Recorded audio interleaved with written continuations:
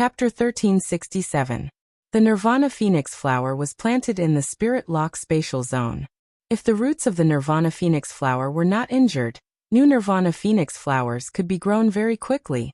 After hanging up the phone, Li Xian took the initiative to convene the elders for the first time as the young family head. To put it bluntly, the elders had chosen Li Xian as the young patriarch because they had taken a fancy to his relationship with Lin Yuan. The younger generation members that the elders supported were different, and their interests were intertwined. Even though Li Xian was now the young family head, he still could not get the approval of all the elders. Li Xian planned to take this opportunity to completely build a cooperative relationship with the elders. Ever since he had established a faction with Lin Yuan, Zhongzhe, Gulang, and the others, Li Xian's position in the clan had become more stable. Using this matter, Li Xian felt that his reputation in Li Yun Bird niche should be the #1 person under the clan head. This time, it was Lin Yuan who had asked for his help, but Li Xian knew that he owed Lin Yuan even more. If Lin Yuan only needed the blood of a main phoenix species Fae, he just needed to take the Nirvana Phoenix flower and post an exchange on Star Web. Those experts with main phoenix species Faes would definitely be willing to exchange. Apart from this exchange itself, Lin Yuan's continuous provision of Nirvana Phoenix flowers to Li Yun Bird niche. It was equivalent to taking the initiative to help Li Yun Bird niche increase its strength and strengthen its foundation. Li Xian planned to tell all the elders of Li Yun Niaocan about this. Let the entire Li Yun Bird niche admire Lin Yuan's kindness. On this day, Lin Yuan sorted out the harvest in Shocking Wave City. As a pinnacle immortal sea emperor, the Mother of Bloodbath had absorbed the blood energy in its body after its death. It could no longer let Red Thorn control it through the tongue of Relinquish. There were still plenty of spiritual materials left behind. Among them, the relatively intact shark skin could be left for Wen Yu to make a few sets of clothes. The shark skin was soft and weightless, but it had extremely strong defensive properties. In addition, the reverse scales on the skin could reduce wind resistance and severely injure the opponent when colliding with the reverse scales. After the shark Meng died, Lin Yuan also obtained an object that looked like a figurine from its body. Lin Yuan knew that this might be what his master, the Moon Empress, had mentioned before, the immortal body in the undying species Fae. Let me interrupt. The app that I've been using recently supports both Android and Apple phones. The immortal body was essentially a transformation of willpower runes. The willpower rune, law crystal, world crystal, and immortal body were all related to the phase quality. When Lin Yuan had obtained the immortal body, he had noticed that the princess in his soul spirit was throbbing. It was as if he had seen a rare treasure. However, when the princess saw the immortal body, she was not as impatient as she was when she saw the world crystal. Lin Yuan communicated with the princess through their souls and knew that she was unable to absorb the immortal body before the growth period. The growth period referred to the sacred source lifeform stage from 7 to 9 stars.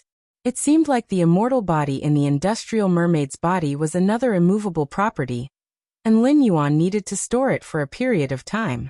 Mermaid Meng's undying body contained a part of his soul.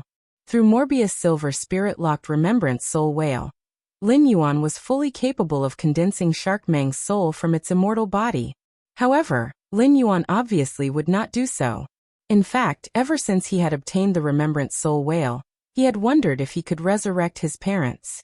But his parents were humans, and not only were their souls not strong enough, after death, their souls would easily dissipate.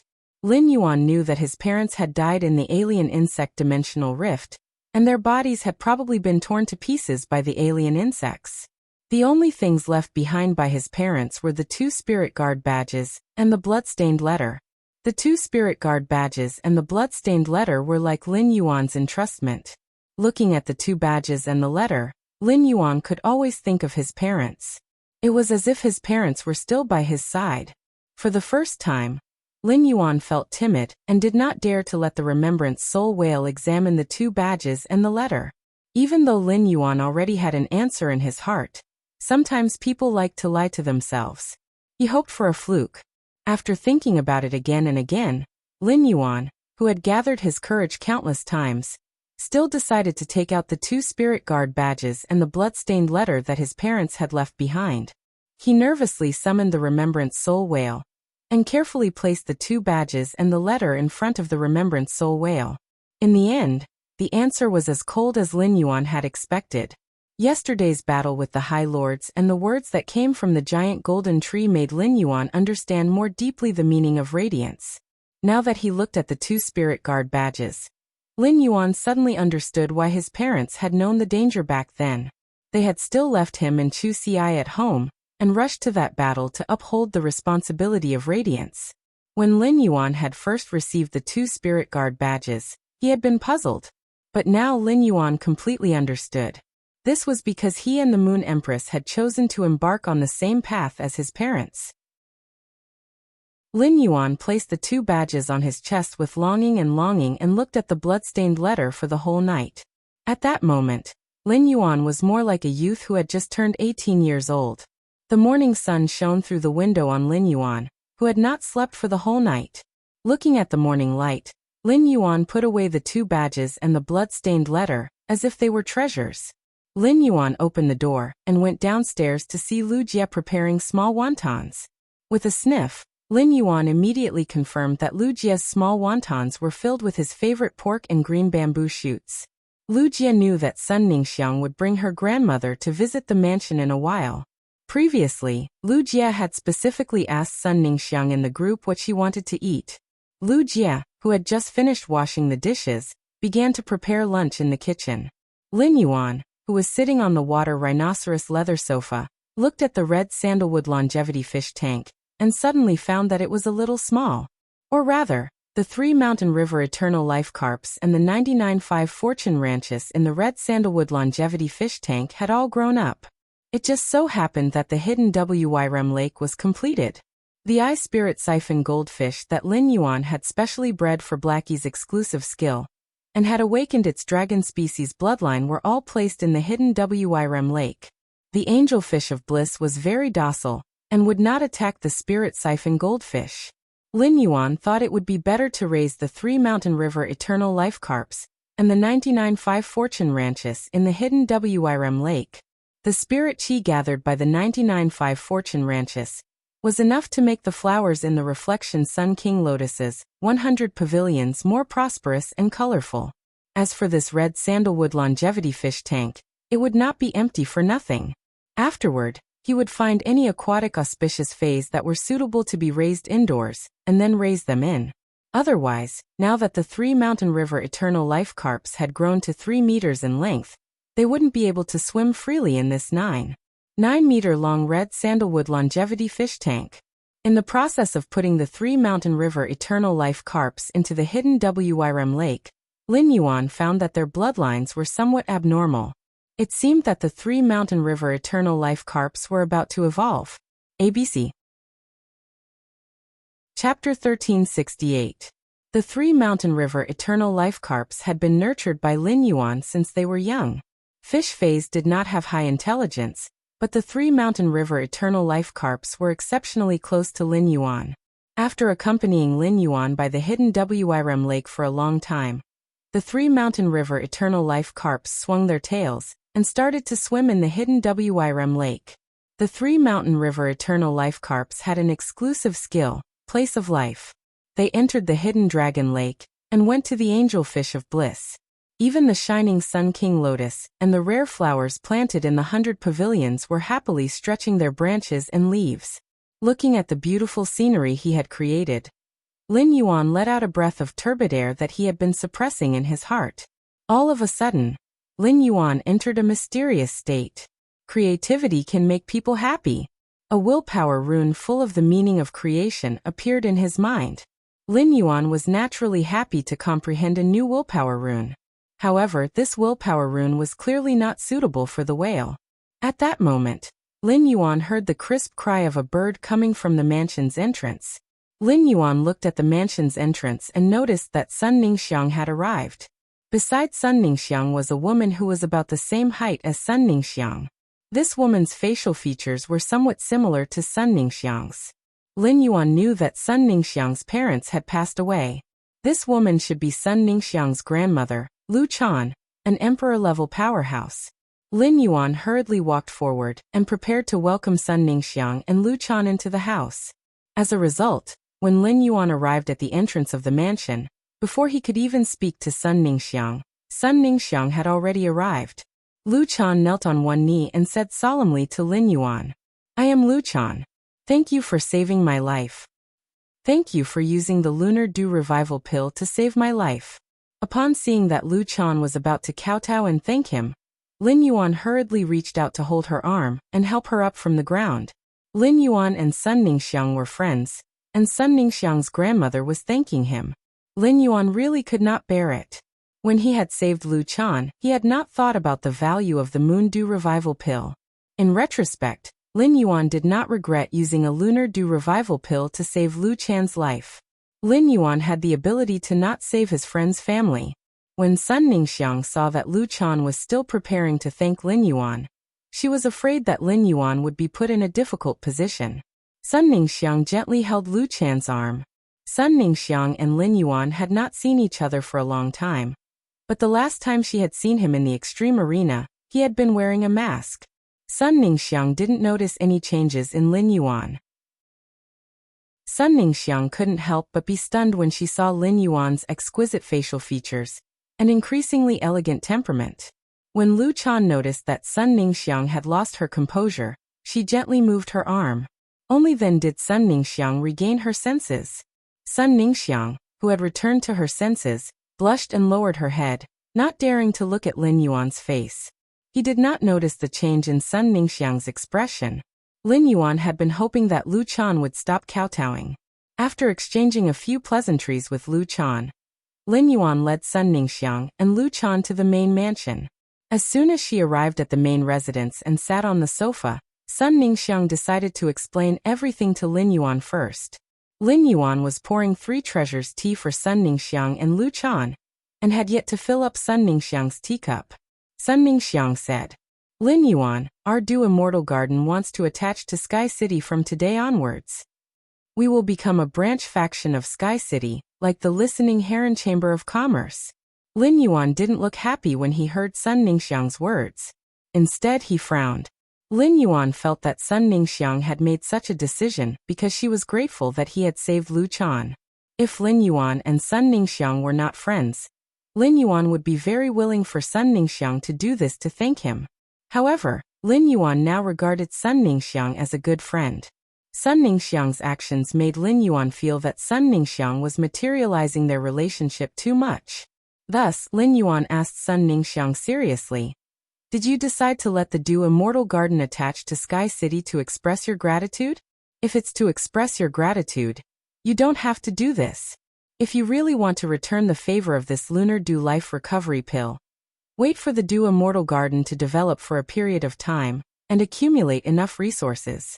Then you can return it to me with equivalent resources."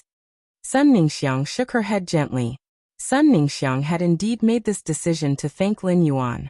However, Sun Ningxiang, as the decision-maker of a peak force, was not so one-sided. When Sun Ningxiang made this decision, it was also for the sake of the entire Dew Congealing Immortal Garden. The Dew Immortal Garden was attached to Sky City, fulfilling Sun Ningxiang's wish to thank Lin Yuan. It would also affect the future development of the Dew Congealing Immortal Garden. Even if Lu Chan's body had recovered, there was only one Emperor-level expert in the Dew Immortal Garden.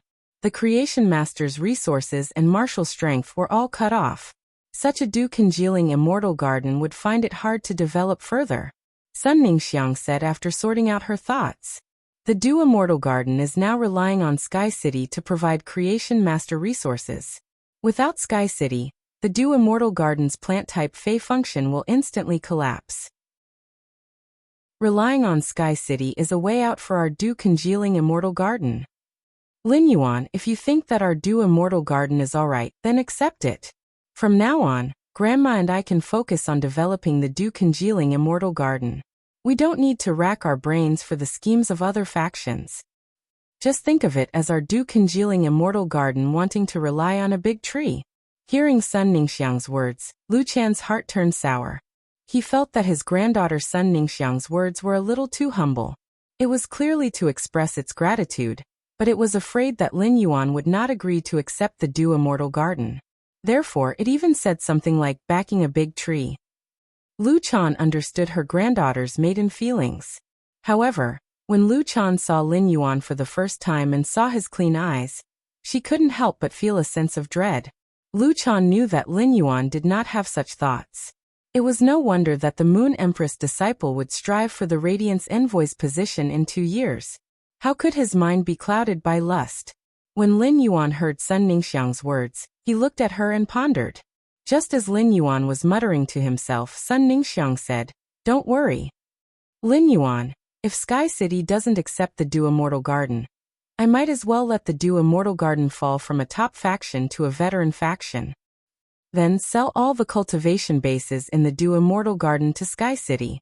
We are old friends. We are friends. You won't refuse to take over our Dew Immortal Garden's spirit plant cultivation bases, which are priced at 1/5 of the market price, right?" Upon hearing Sun Ningxiang's words, Lin Yuan shook his head helplessly. "Since you've said this, from today onwards, the Dew Immortal Garden will be the second independent faction under Sky City. I won't ask about the Dew Immortal Garden's development.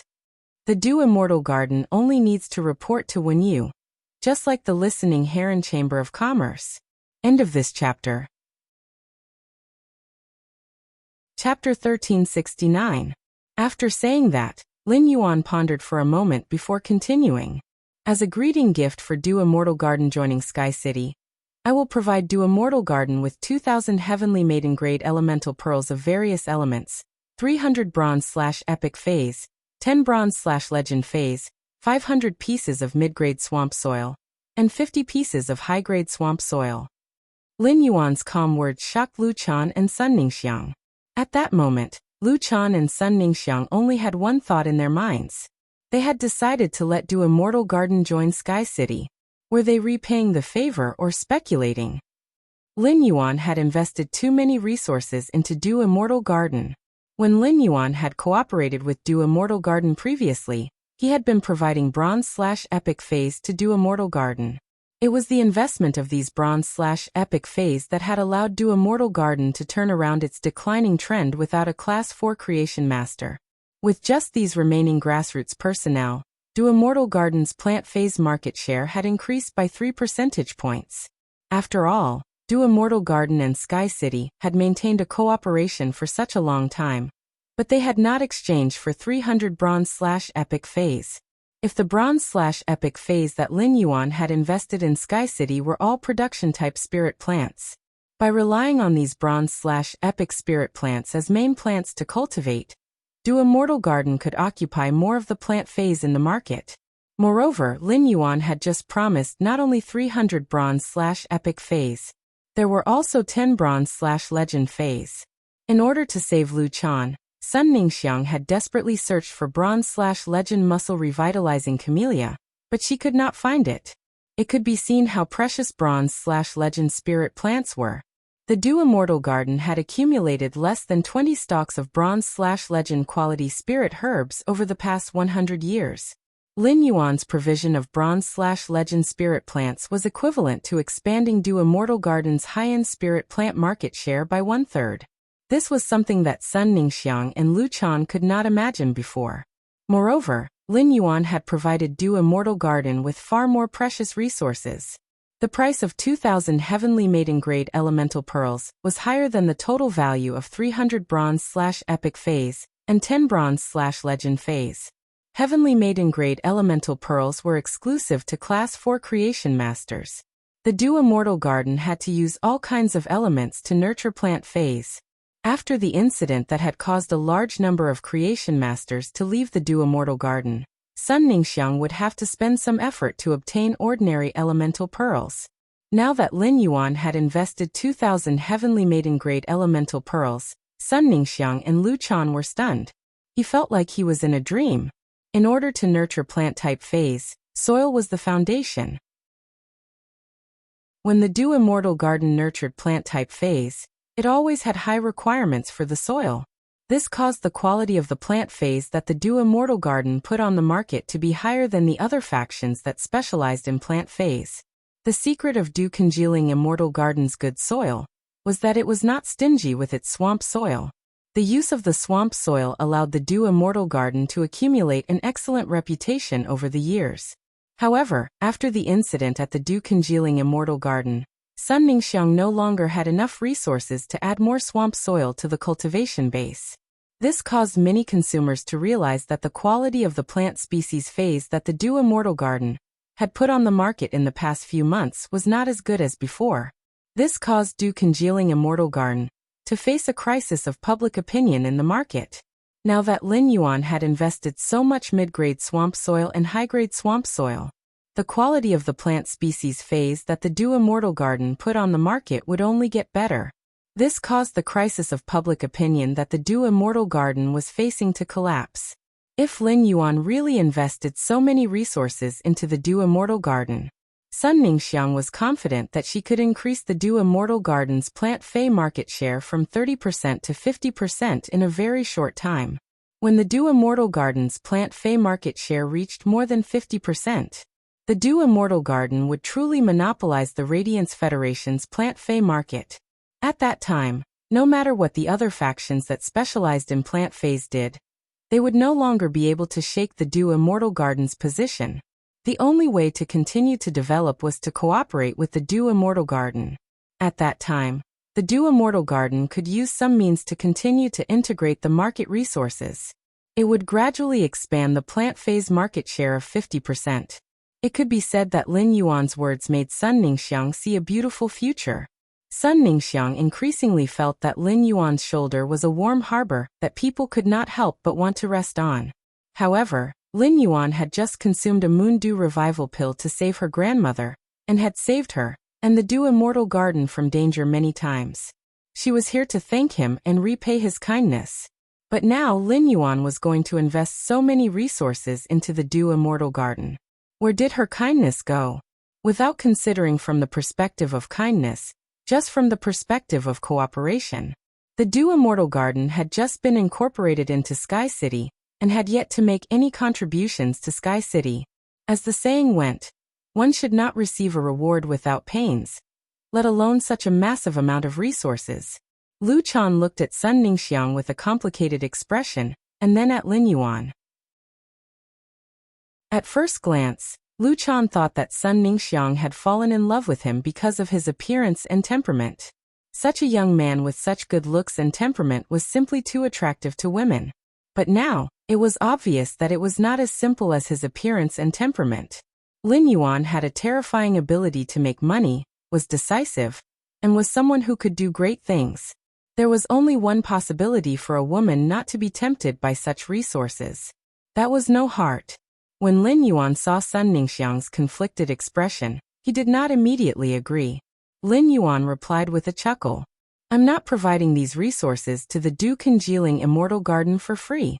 I have a request for the Dew Congealing Immortal Garden. After obtaining these resources, I hope that the Dew Immortal Garden will be able to expand the spirit plant breeding base, and strive to ensure that every plant fei can satisfy the market's demand.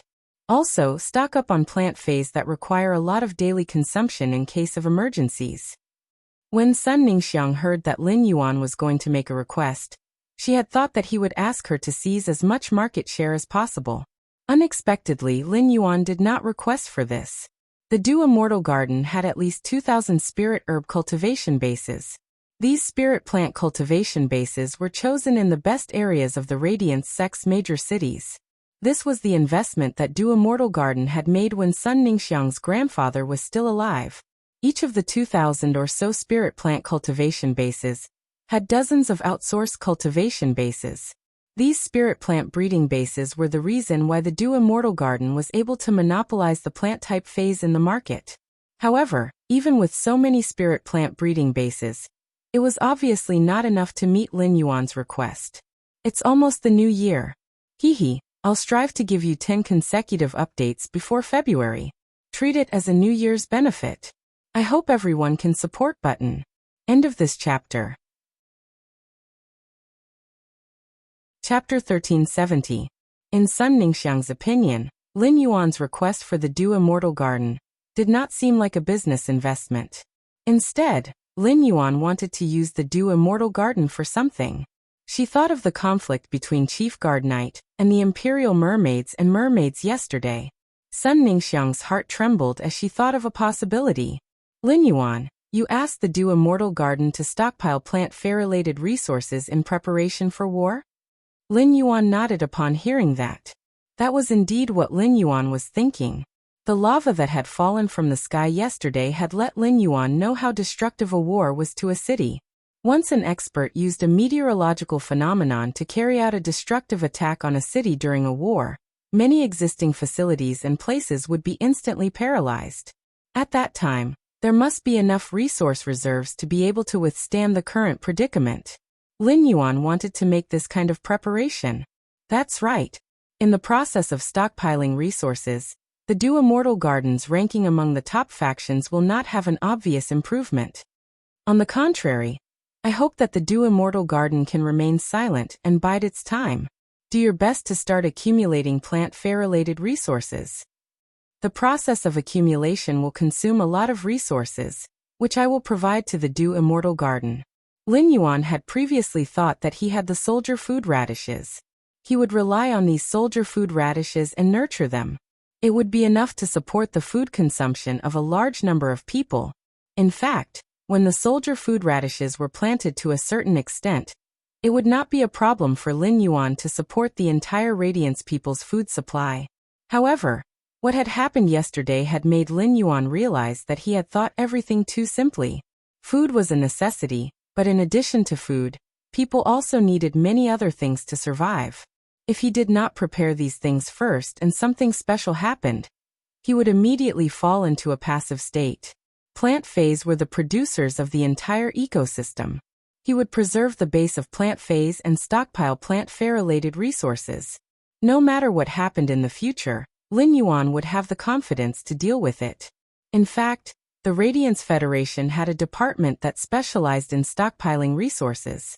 This department was the one that used revival soil to trade heavenly maiden-grade elemental pearls in Lin Yuan's purchase, with no Lost Star web store. Just like the Spirit Guards, Gung Garden also had a Majesty guarding it. This eminence was one of the Radiance Federation's 13 eminences, Tianfeng. It was not that Lin Yuan did not believe in the plantation's resource reserves, but he had always liked to plan ahead. In any case, Lin Yuan's Spirit Lock Spatial Zone was a treasure vault that could continuously harvest a large number of resources without any investment. With the Spirit Lock Spatial Zone, he could afford it. When Sun Ningxiang heard his words, she immediately knew what she could do for him. Sun Ningxiang's heart was suddenly filled with enthusiasm. Lin Yuan, I asked the Dew Immortal Garden to submit to Sky City, but I never thought of raising its ranking among the top factions. Tomorrow, Grandma and I will announce to the public that the Dew Immortal Garden will begin its seclusion. From now on, the Dew Immortal Garden will focus on hoarding plant-type fair-related resources. If I need anything in the future, I won't hold back. I'll tell you immediately. Strive to maximize the speed of resource storage. It's just that most of the good lands suitable for building spirit plant cultivation bases have been purchased by the various major powers. The remaining lands will more or less need to be transformed. When Lin Yuan heard Sun Ningxiang's words, his heart stirred. The Radiance Federation did not have much land suitable for farming, but the swamp world had plenty of them.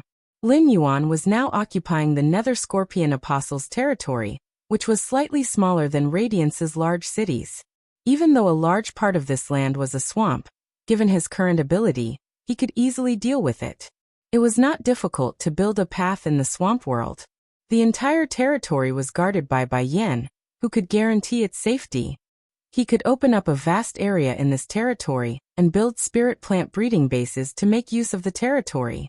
However, those who came to work in the territory had to voluntarily avoid the world. At that thought, Lin Yuan said to Sun Ningxiang, Sun Ningxiang, I have land that is suitable for building a Fey breeding base, but the people working on this land have to go into seclusion. As an allowance for them to live in seclusion, I can give them 10 times the treatment they get when they work outside. We can also let these people move their families to this land. How many of such people can you find in the Dew Condensation Immortal Garden? Upon hearing Lin Yuan's words, Sun Ningxiang immediately replied without thinking. You can find a bunch of such people in the dew condensation immortal garden. Most of the people working in the Fey breeding base are ordinary people, or some spirit chi professionals who don't have any combat ability. These people work 6 hours a day for shifts, and their monthly income is about 4,000 Federation dollars. If I can increase their salary by 10 times and increase it to 40,000 Federation dollars a month, there shouldn't be anyone who will refuse. At that point, Sun Ningxiang had a lot of things to say to Lin Yuan. However, she did not know what to say in the end. In Sun Ningxiang's eyes, Lin Yuan was His Majesty's disciple, the Sky City Lordess, and he had countless resources in his hands. It was impossible for Lin Yuan to understand the hardships of ordinary people. In fact, as a direct descendant of a top faction, Sun Ningxiang should not understand the hardships of ordinary people. Sun Ningxiang understood so much because her grandfather had arranged for her to train in the Dew Condensation Medical Center for a period of time when she was young. During this period, Sun Ningxiang, a young lady of a top faction, had seen the life of ordinary people in the secular world. Lin Yuan nodded when he heard Sun Ningxiang's words. What Sun Ningxiang did not know was that Lin Yuan had worked harder than these ordinary people in the Fey breeding base. He had dragged his sickly body to maintain a small Fey store. With Auntie Zhang's care, Lin Yuan could only earn 2,000 Federation dollars a month. At that time, Lin Yuan had used 300 Federation dollars to fill his stomach and 200 Federation dollars to occasionally help Genius and Chimey improve their meals. As for the remaining 1,500 Federation dollars, Lin Yuan had been carefully saving them so that Chu Ci could complete her studies. No one knew the hardships of survival better than Lin Yuan. Upon hearing Sun Ningxiang's words, Lin Yuan emphasized, "Then help me choose some people." When choosing people, you must emphasize seclusion. The seclusion will be for life. Sun Ningxiang was slightly startled when she heard Lin Yuan's words. Seclusion was fine. It would not be a problem to seclude for 8 to 10 years. However, seclusion for life was a little too long. Lin Yuan had his own considerations. He could not confirm the loyalty of these people who had been selected to work in the Swamp World's Fey plant breeding base. Therefore, if he wanted the Swamp World situation not to be leaked, the best way was to let these people live in the Swamp World forever. Chapter 1371. He would definitely not mistreat these people. He could promise high-quality bronze Feys and a bright future to those spirit craftsmen working in the Swamp World. However, to ordinary people who couldn't become spirit chi professionals, high-quality bronze Feys weren't very attractive. Therefore, he intended to improve their living standards. Just as Sun Ningxiang was about to ask if there were any other requirements apart from seclusion, Lin Yuan stopped her. Lin Yuan said, "For these people who live in seclusion, they will be given 10 boxes of all kinds of spirit fruits that can improve their physical qualities and 15 kilograms of various kinds of meat every month. There will be spirit craftsmen who will specially build standalone houses that are around 200 square meters. The rooms will be equipped with jasmine lilies and other household fays. We will also arrange for healing class spirit chi professionals to treat illnesses for free." Upon hearing Lin Yuan's words, Sun Ningxiang felt that such seclusion was simply a blessing for ordinary people. Those who worked in Fey breeding bases had very small social circles. Other than working hard to make a living, he spent most of his time with his family. What these people wanted the most was a stable and comfortable life. Putting aside the tenfold salary that Lin Yuan was offering, just the living conditions that he was offering were enough to tempt anyone. In the Radiance Federation, those people in the Fey breeding base would struggle for their entire lives. They might not even be able to live in a 200 square meter detached house. "Lin Yuan, I will handle this matter as soon as possible. How many people do you want to choose?" Upon hearing that, Lin Yuan pondered for a moment before replying, "That's right. The area I've designated is about 2,000 square kilometers. Look at how many people are needed for such a large Fey breeding base. Just recruit as many people as you need."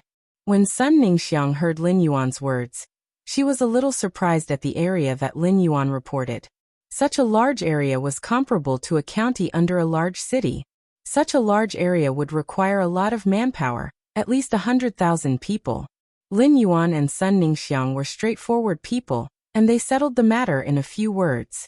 Lu Chan, who had been listening to Lin Yuan and Sun Ningxiang's discussion, blinked her eyes when she saw that they had finished their discussion.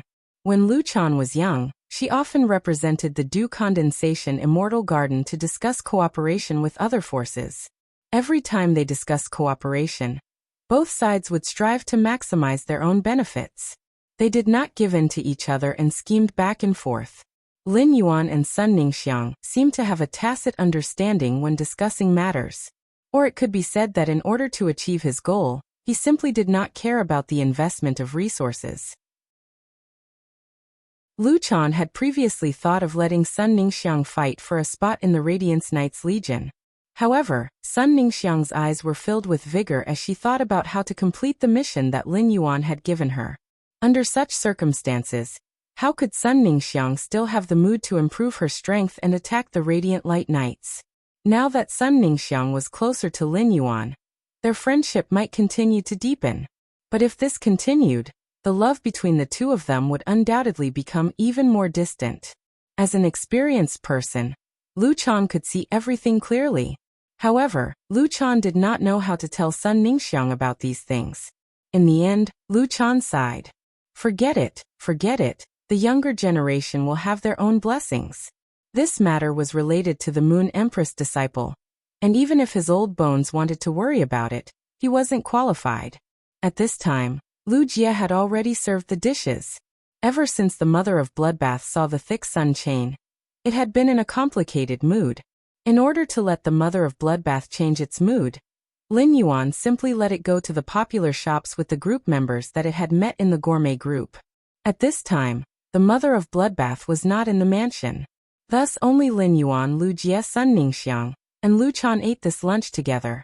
Lu Jie cooked the dishes that Sun Ningxiang had ordered, and Sun Ningxiang had specially taken care of Lu Chan's taste when ordering. When Lu Chan and Sun Ningxiang were eating, they almost swallowed their tongues into their stomachs. After the meal, Lu Chan and Sun Ningxiang did not stay for long, and were ready to deal with the follow-up matters. The Dew Immortal Garden was integrated into Sky City, and Sun Ningxiang had to complete Lin Yuan's mission again. For a long time in the future, Lu Chan and Sun Ningxiang would be busy. Just as Lin Yuan and Lu Jie were talking about the Divine Wood Federation's development after the meal, in the Radiance Royal Court, Mystic Moon was in a dilemma. This was the first time Mystic Moon was participating in the Imperial Court Conference. Mystic Moon, who had become eternal, had the qualifications to become a holiness. Although Mystic Moon was currently the Moon Empress Moon Envoy, there was no way to pass Mystic Moon's test. However, Mystic Moon's strength allowed her to speak on equal terms with the Majesties. But now, Xianyu, who was attending the Imperial Court Assembly for the first time, was completely embarrassed. This was because Xianyu knew that the Moon Empress had contracted the longevity rat, and resolved her predicament. To put it bluntly, as long as the Moon Empress subordinates didn't kill the longevity essence rats, the Moon Empress lifespan would be much longer than the High Lord's. Xianyu had guessed that Night Leaning Moon would attack the Imperial Mermaids and Mermaids not only because of Lu Jie. It was very likely that it had more to do with knowing that the Moon Empress was only left with 3 years of lifespan. Xianyu was right. Since the beginning of the royal court meeting, apart from that old man, His Highness Cicada Cry, and Ji Chongdeng, who had yet to return to Huiyao, there was no one else. The other sovereigns all asked Night Leaning Moon what was going on. Night Leaning Moon didn't explain the reason, but things had developed to this point, so there was no way to hide it. In the end, under the questioning gazes of the 7 Majesties, Cicada Cry could only helplessly explain the situation. It would have been better if he did not explain the situation, but once he did, the entire Imperial Court Assembly exploded. It was especially so for the Bamboo Monarch, who owed the Moon Empress a favor. He immediately expressed that he wanted to travel and search for spiritual ingredients that could extend his lifespan. This made Mystic Moon rather touched, as she knew that the Bamboo Monarch was truly indebted to the Moon Empress. He thanked the Moon Empress from the bottom of his heart. However, as a Moon Envoy, Mystic Moon couldn't reveal the fact that the Moon Empress lifespan had recovered without the Moon Empress permission. At that moment, Chef Supreme, who knew that the Moon Empress only had 3 years left to live, finally spoke up. I happen to have some friendly relations with the Azure Wing Tiger clan, one of the Azure Federation's 12 Azure clans. When Bamboo Monarch goes out to search for spiritual materials that can increase one's lifespan, I'll make a trip to the Azure Federation. The Azure Wing Tiger clan must have some Azure Wing Tiger blood essence. The Azure Wing Tiger blood essence has the effect of increasing one's lifespan. Take a drop of the Azure Wing Tiger's blood essence every day for a year. It should be able to extend your lifespan by 3 months. However, after taking it for a year, the Azure Wing Tiger's blood essence will lose its effect. I'll have to think of another way. Hearing Chef Supreme's words, Mystic Moon couldn't help but ask. The Moon Empress had said that she would only come out of seclusion before the Radiance 100 sequence. During this period of time, she couldn't possibly toss all the sovereigns out just because she had to guard the news, right? Chapter 1372. These highnesses had been working hard for the Moon Empress, and she would inevitably owe them favors. It was not easy to return favors from highnesses. Just as Mystic Moon was thinking of ways to stabilize these highnesses without revealing the Moon Empress situation, Iron Prison, who was sitting beside Cicada Cry, stood up and said, "In another month, it will be the Radiance 100 sequence selection. In another month, it will be the Radiance 100 sequence selection. In less than a month, the Azure Federation's envoys and the Freedom Federation's envoys will arrive in Radiance. It's not suitable for all of you to go out at this time. The Sea Race's matter has not been resolved. The Imperial Mermaids have publicly acknowledged that they tore up the Radiance Sea Treaty and trampled on Radiance's dignity. I propose to completely eliminate the Imperial Mermaids and Mermaids." Mystic Moon had never liked Iron Prison, but he felt that his words were very pleasing to the ear. If the other highnesses listened to Cicada Cry, they would stay in Radiance before the Radiance 100 sequence. Once the Moon Empress came out of seclusion, this matter would be easily resolved. As soon as Iron Prison finished speaking, Cicada Cry could not help but rub his temples and think to himself. The logic was right, but he definitely could not say it like that. Iron Prison was really a blockhead to actually do something that offended others. The atmosphere was so depressing now. And if Iron Prison said this, wouldn't he become the punching bag for others? Fortunately, Ji Chongdang was not around. If Ji Chongdang was here, he would probably start a fight with Iron Prison. Sure enough, as soon as Iron Prison finished speaking, Night Leaning Moon slammed her hand on the table and said, "Why do all the highnesses need to be present for the Radiance 100 sequence selection, and 2 Federation envoys? I will hand over all the Spirit Guards matters to my left and right officials to handle. Tomorrow, I will head to the Radiance Moon Palace to stay. When Sighing Moon comes out of seclusion, ask her about her situation, and I will bring her out to look for opportunities." Mystic Moon was a little unhappy when he heard Night Leaning Moon's words. The Moon Empress is in seclusion. Who allowed you to stay in the Radiance Moon Palace? At the same time, Night Leaning Moon's words made Mystic Moon heave a sigh of relief. If Night Leaning Moon could stay in the Radiance Moon Palace until the Moon Empress came out of seclusion, it would be equivalent to stabilizing the most troublesome Night Leaning Moon. Before Mystic Moon could heave a sigh of relief, the Bamboo Monarch spoke again. "The new leaves of my Golden Silk Emperor Bamboo have the effect of increasing one's lifespan. I can use the young leaves of the Golden Silk Emperor Bamboo to make a spirit liquid with the heart of the bamboo. Before I leave, I will pass the concocted spirit liquid to Xianyu. The spirit liquid concocted from the Golden Thread Emperor Bamboo's bamboo leaves and bamboo heart can only be consumed 6 times by the Moon Empress before it becomes ineffective. 6 times should be able to increase the Moon Empress lifespan by at least 3 months. In addition to the Azure Wing Tiger's blood essence that Chef Supreme obtained from the Azure Federation, the Moon Empress can be assured for at least 4.5 years. Bamboo Monarch's words made Tian Feng frown. Fu Wenju, your Class 5 Creation Master Dao, is on the Golden Silk Emperor Bamboo. It is fine if you took the Golden Silk Emperor Bamboo's bamboo leaves, but if you took the bamboo core and damaged the Golden Silk Emperor Bamboo's roots, wouldn't your Creation Master standard drop to the pinnacle of Class 4? Bamboo Monarch said firmly when he heard Tian Feng's words. I owe the Moon Empress a favor, even if I use my life to repay it. The Moon Empress saving Xiangxiang is equivalent to saving my life. After speaking, Bamboo Monarch didn't say anything else. Bamboo Monarch's words made Tianfeng speechless for a moment. As a majesty, Bamboo Monarch understood the significance of a Class 5 creation master to the Radiance Federation. However, Bamboo Monarch didn't choose righteousness when it came to the Moon Empress lifespan. Instead, he chose personal relationships. It was just like how Bamboo Monarch chose Wang Fuxiang. After hearing Bamboo Monarch's words, Iron Prison stood up and ignored Cicada Ming, who was pulling his sleeve. He said coldly, "Bamboo Monarch, you really disappoint me. Be it the previous time or this time, you are very disqualified as a majesty. Forget it. My desolate bloodline Fei, the infernal turtle, attained eternity not long ago and obtained an exclusive skill, Turtle Life Judgment.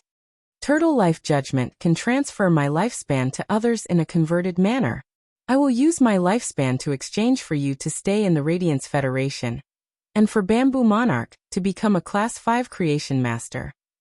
After converting my lifespan, the Moon Empress can live for at least another 100 years. As long as I don't die, the Moon Empress can always live." After speaking under everyone's gaze, Iron Prison sat back on his chair and tilted his head to look at Cicada Ming. Iron Prison's eyebrows, which were more than twice as thick as an ordinary person's, raised slightly as though he was asking Cicada Ming, "Why did you pull me just now?" Night Leaning Moon, Chef Supreme, Bamboo Monarch, Tianfeng, and the others looked at Iron Prison with a layer of respect. Iron Prison wasn't like Ji Changdang, who loved the Moon Empress deeply and was her bootlicker. Iron Prison and the Moon Empress were always at odds, or rather, Iron Prison didn't get along with any majesty during the Great Night Assembly. Iron Prison would only stick to his own thoughts and was very stubborn. This made many majesties have opinions about Iron Prison. It could be said that Iron Prison's relationship with others was the worst among all the majesties. But now Bamboo Monarch, Chef Supreme, Night Leaning Moon, Tianfeng, and the others suddenly understood Iron Prison's heart. Iron Prison had just said that Bamboo Monarch was somewhat disqualified. Perhaps Iron Prison had always been in the proper category. Compared to Iron Prison, they were indeed not that competent. Xianyu took a deep look at Taiyu. Her opinion of Taiyu had completely disappeared.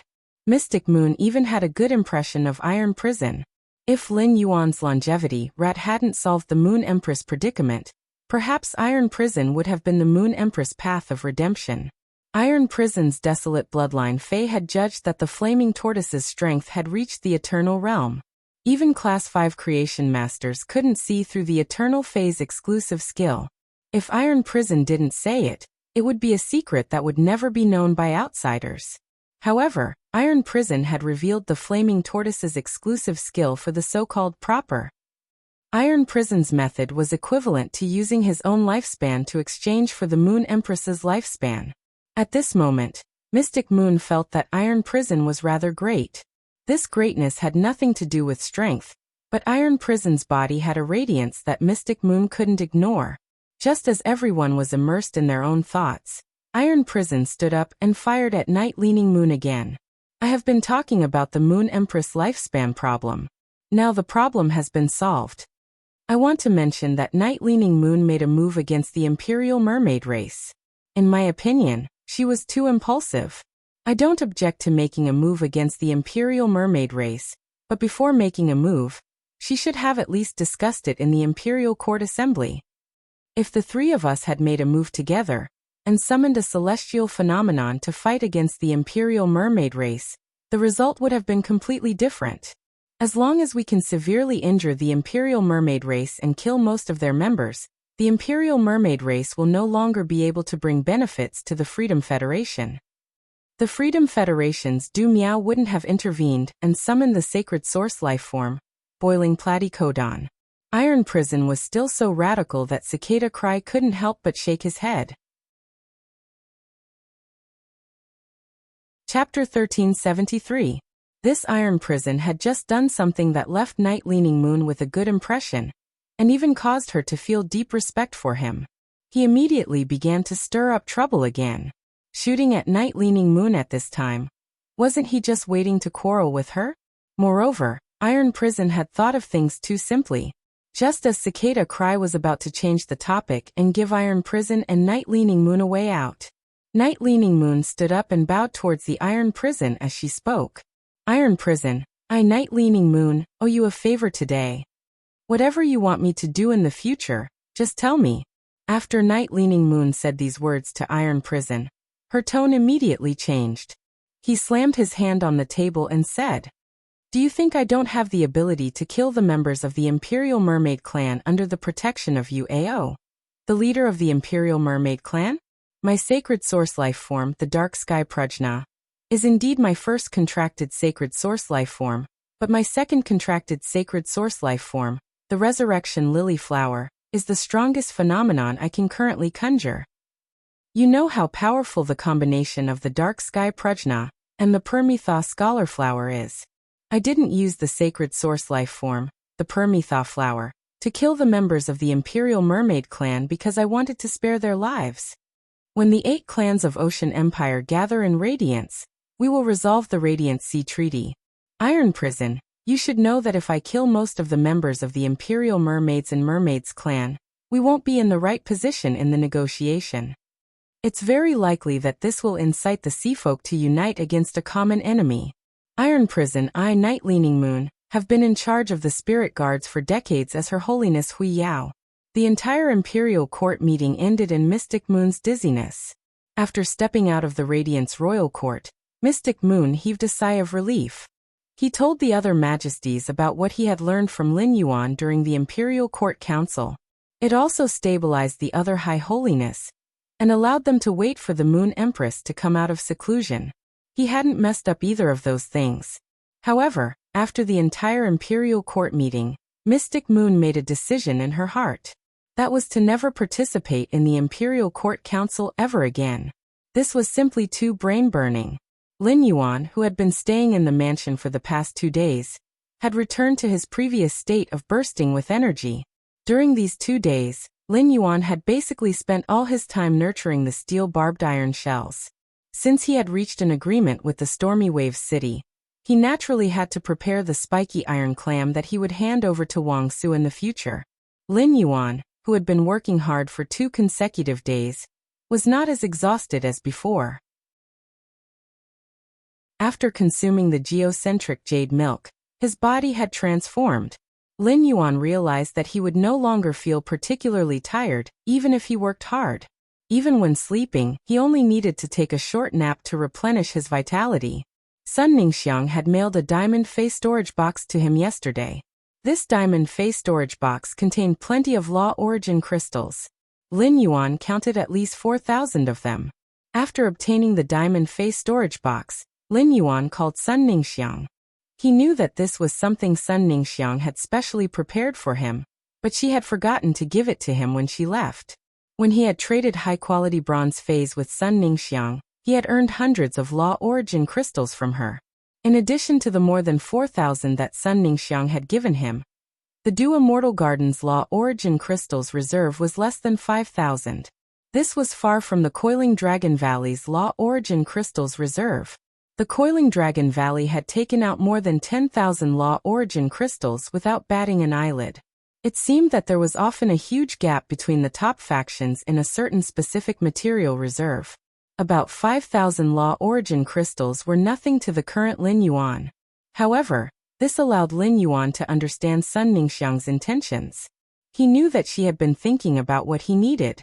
Long Tao and Li Xian had called Lin Yuan for the past 2 days.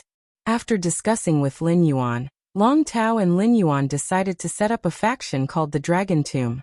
Its main function was to sell the spiritual materials on dragon species phase. As the Coiling Dragon Valley's young family head, it was easy for Long Tao to get the 6 eggs of the hook-toothed behemoth dragon from the family. Not to mention, after knowing that Long Tao and Lin Yuan were going to set up a new faction together, the Coiling Dragon Valley's upper echelons all raised their hands and feet in approval.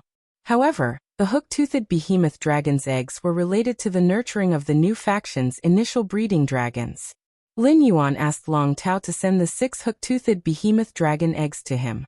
Lin Yuan naturally did not want these hook-toothed behemoth dragon eggs to see what they looked like. Instead, he wanted to hatch these hook-toothed behemoth dragons and enhance them. Lin Yuan took half a day to inject a large amount of pure spirit qi into these 6 hook-toothed behemoth dragons' eggs to speed up their hatching. After these hook-toothed behemoth dragons hatched, Lin Yuan upgraded the 3 male and 3 female hook-toothed behemoth dragon infants to Bronze X/Legend. Then he asked someone to send 6 young dragons to Long Tao as breeding dragons. Lin Yuan had already laid a foundation for these 6 hook-toothed behemoth dragons. Long Tao would then need to guide these 6 hook-toothed behemoth dragons into estrus to breed offspring. When Long Tao received the 6 young hook-toothed behemoth dragons, he did not feel anything at first. However, not long after, Long Tao suddenly realized that these 6 little fellows that had been upgraded to bronze were all at legend. Long Tao could not help but be dumbfounded for a long time. Long Tao sighed in his heart more than once. It was simply too cool to cooperate with Lin Yuan. To be able to nurture 6 Bronze/Legend phase in such a short time, Long Tao's subconscious reaction was that the Moon Empress had helped. Long Tao looked at these 6 Bronze/Legend hook-toothed behemoth dragons and was filled with enthusiasm. With such an excellent foundation, the quality of the offspring produced by the hook-toothed behemoth dragons would certainly not be bad. Through the spirit fluid cultivation to speed up childbirth, Lin Yuan would be able to provide the first batch of dragon livers in a month or 2. The newly established faction, the Dragon Tomb, could also open for business normally. Li Xian easily convinced the clan's elders at the Council of Elders. After all, the elders of Li Yin Avian Domain knew how their faction had risen. This was because Li Xian had stood in that small circle at the Nix assembly and chatted cheerfully with the 4 disciples of His Holiness. This had allowed Li Yin Avian Domain to reach cooperation with many top factions. Even the big cities that had not cooperated with Li Yin Avian Domain before had started to order flying phase from Li Yin Avian Domain. This made Li Yin Avian Domain's elders feel proud when they went out. Even if Lin Yuan wanted to ask for the phoenix blood of the main phoenix species Fei for free, many elders of Li Yin Avian Domain were willing to provide it. Moreover, Lin Yuan had taken out the phoenix nirvana flower to exchange for it. Li Yin Avian Domain's elders were not ranked according to strength. However, the stronger elders were often able to sit at the front of the Elder Council. Chapter 1374. Once he refused to cooperate with Lin Yuan, and the other elders agreed to cooperate with Lin Yuan, he would immediately face a passive situation. The other elders had obtained a large number of phoenix nirvana flowers through their cooperation with Lin Yuan. If the main phoenix species phase bloodline kept improving, the corresponding strength would also keep increasing. This would cause the elders who agreed to trade with Lin Yuan to constantly squeeze into the front ranks of the Elders Association. None of the elders who understood this were willing to decline their status in the Elder Council, because they refused to cooperate. As long as he had the Phoenix Nirvana flower, he could exchange for the main phoenix species phase blood from the Dawn Cloud birdcage anytime and anywhere. However, Lin Yuan wasn't in a hurry to obtain the phoenix blood. After all, if the Golden Wings wanted to increase their strength, they had to eat dragon liver and phoenix blood together. Just having phoenix blood without dragon liver was useless. During these 2 days, Lin Yuan browsed through the star web. He realized that the popularity of the posts regarding the weather change, the Imperial Mermaids and Mermaids tearing up the Radiant Sea Treaty, and the shocking bet between the Radiance Federation and the Freedom Federation had decreased significantly. Some people even began to recall the Blood Oath battle between the Miao family and the Blissful Sea clan in the Beast Creation Garden. Lin Yuan knew that it was about time to use his identity as the Moon Empress disciple to intervene in this matter.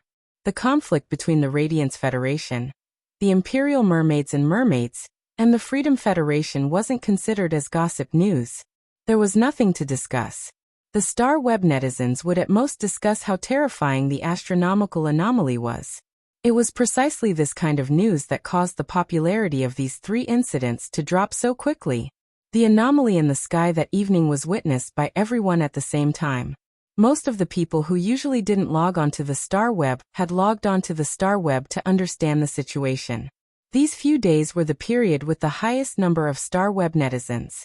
If he used his identity as the Moon Empress disciple to intervene in the conflict between Sky City and the Miao family's Beast Creation Garden, he would indeed be suppressed by the popularity of those three matters. However, this period of time allowed more people to log on to the Star Web to understand the conflict between Sky City and the Miao family's Beast Creation Garden.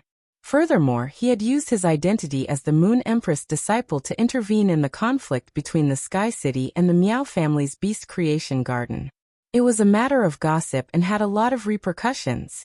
Since Lin Yuan was the Moon Empress disciple, and also the Sky City Lord, he had to be careful. If Lin Yuan wanted the incident to ferment, he did not need to do anything. He just needed to find a Star Web reporter to publish the article. The Star Web had a rigid requirement for public opinion news. This requirement meant that the news published by the Star Web reporters had to be filled with their own views, and could set the pace. However, they had to ensure the authenticity of the news. Therefore, as long as it was news released by Star Web columnists, Star Web netizens would accept it very well. As for which Star Web reporter to look for, Lin Yuan didn't even think before choosing Tian Ningning. As Black's exclusive reporter, Tian Ningning was obviously not suitable to publish a column on this matter. Tian Ningning had recently used Miaohe's connections to build a rather large network of Star Web columnists. Previously, when you needed Star Web reporters to publish news, she had asked Tian Ningning to find them. He planned to tell Tian Ningning about this and ask her to find a suitable Star Web reporter. Such hot exclusive news was enough for a rookie Star Web reporter to become a big shot in the industry. If Tian Ningning wasn't suitable, he could let Tian Ningning give this opportunity to someone else. This way, Tian Ningning could maintain a perfect friendship with a big shot reporter. Through Tian Ningning, he could indirectly let this big shot reporter serve Sky City. Lin Yuan immediately dialed Tian Ningning's number and talked to her about this matter. After hearing what Lin Yuan said on the phone, Tian Ningning went to the Return from Faraway Mansion without another word. After arriving at the Return from Faraway Mansion, Tian Ningning excitedly handed Lin Yuan 3 sets of Star Web reporters' information. She asked Lin Yuan to choose from these 3 Star Web reporters.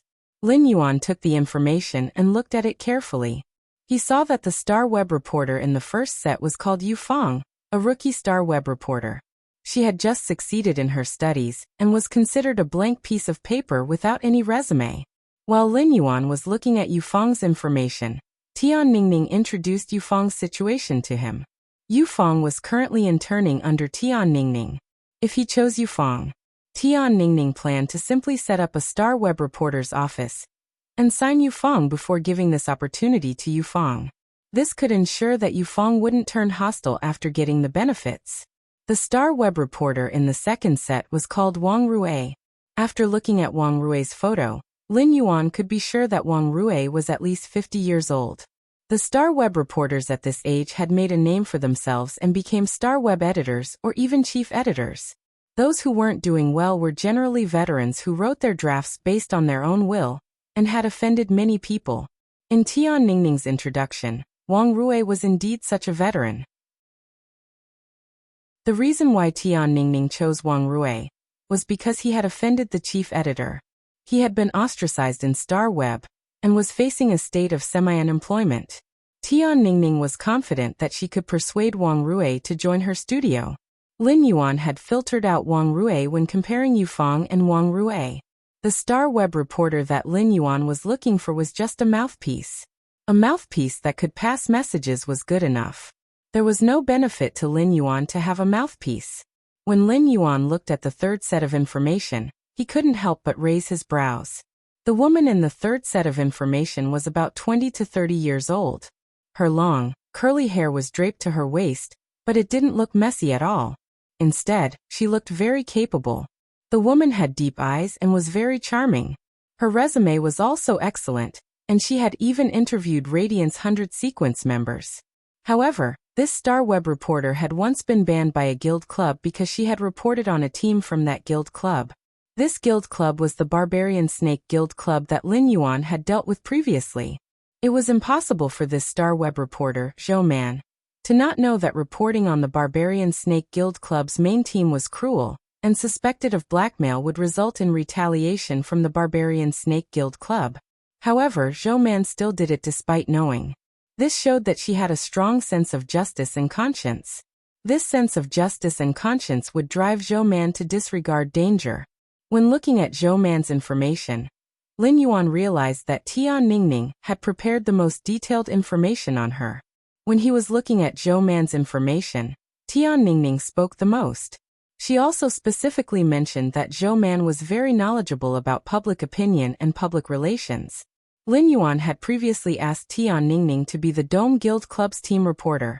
It was too difficult for Tian Ningning to have only one team reporter in a guild club. Since Zhou Man was capable, Lin Yuan thought that he might as well let her be Tian Ningning's assistant. As for the Barbarian Snake Guild Club's ban on Zhou Man, it was just a joke in Lin Yuan's opinion. When Tian Ningning had just introduced Zhou Man, she had already expressed her preference for Zhou Man more than once. Chapter 1375.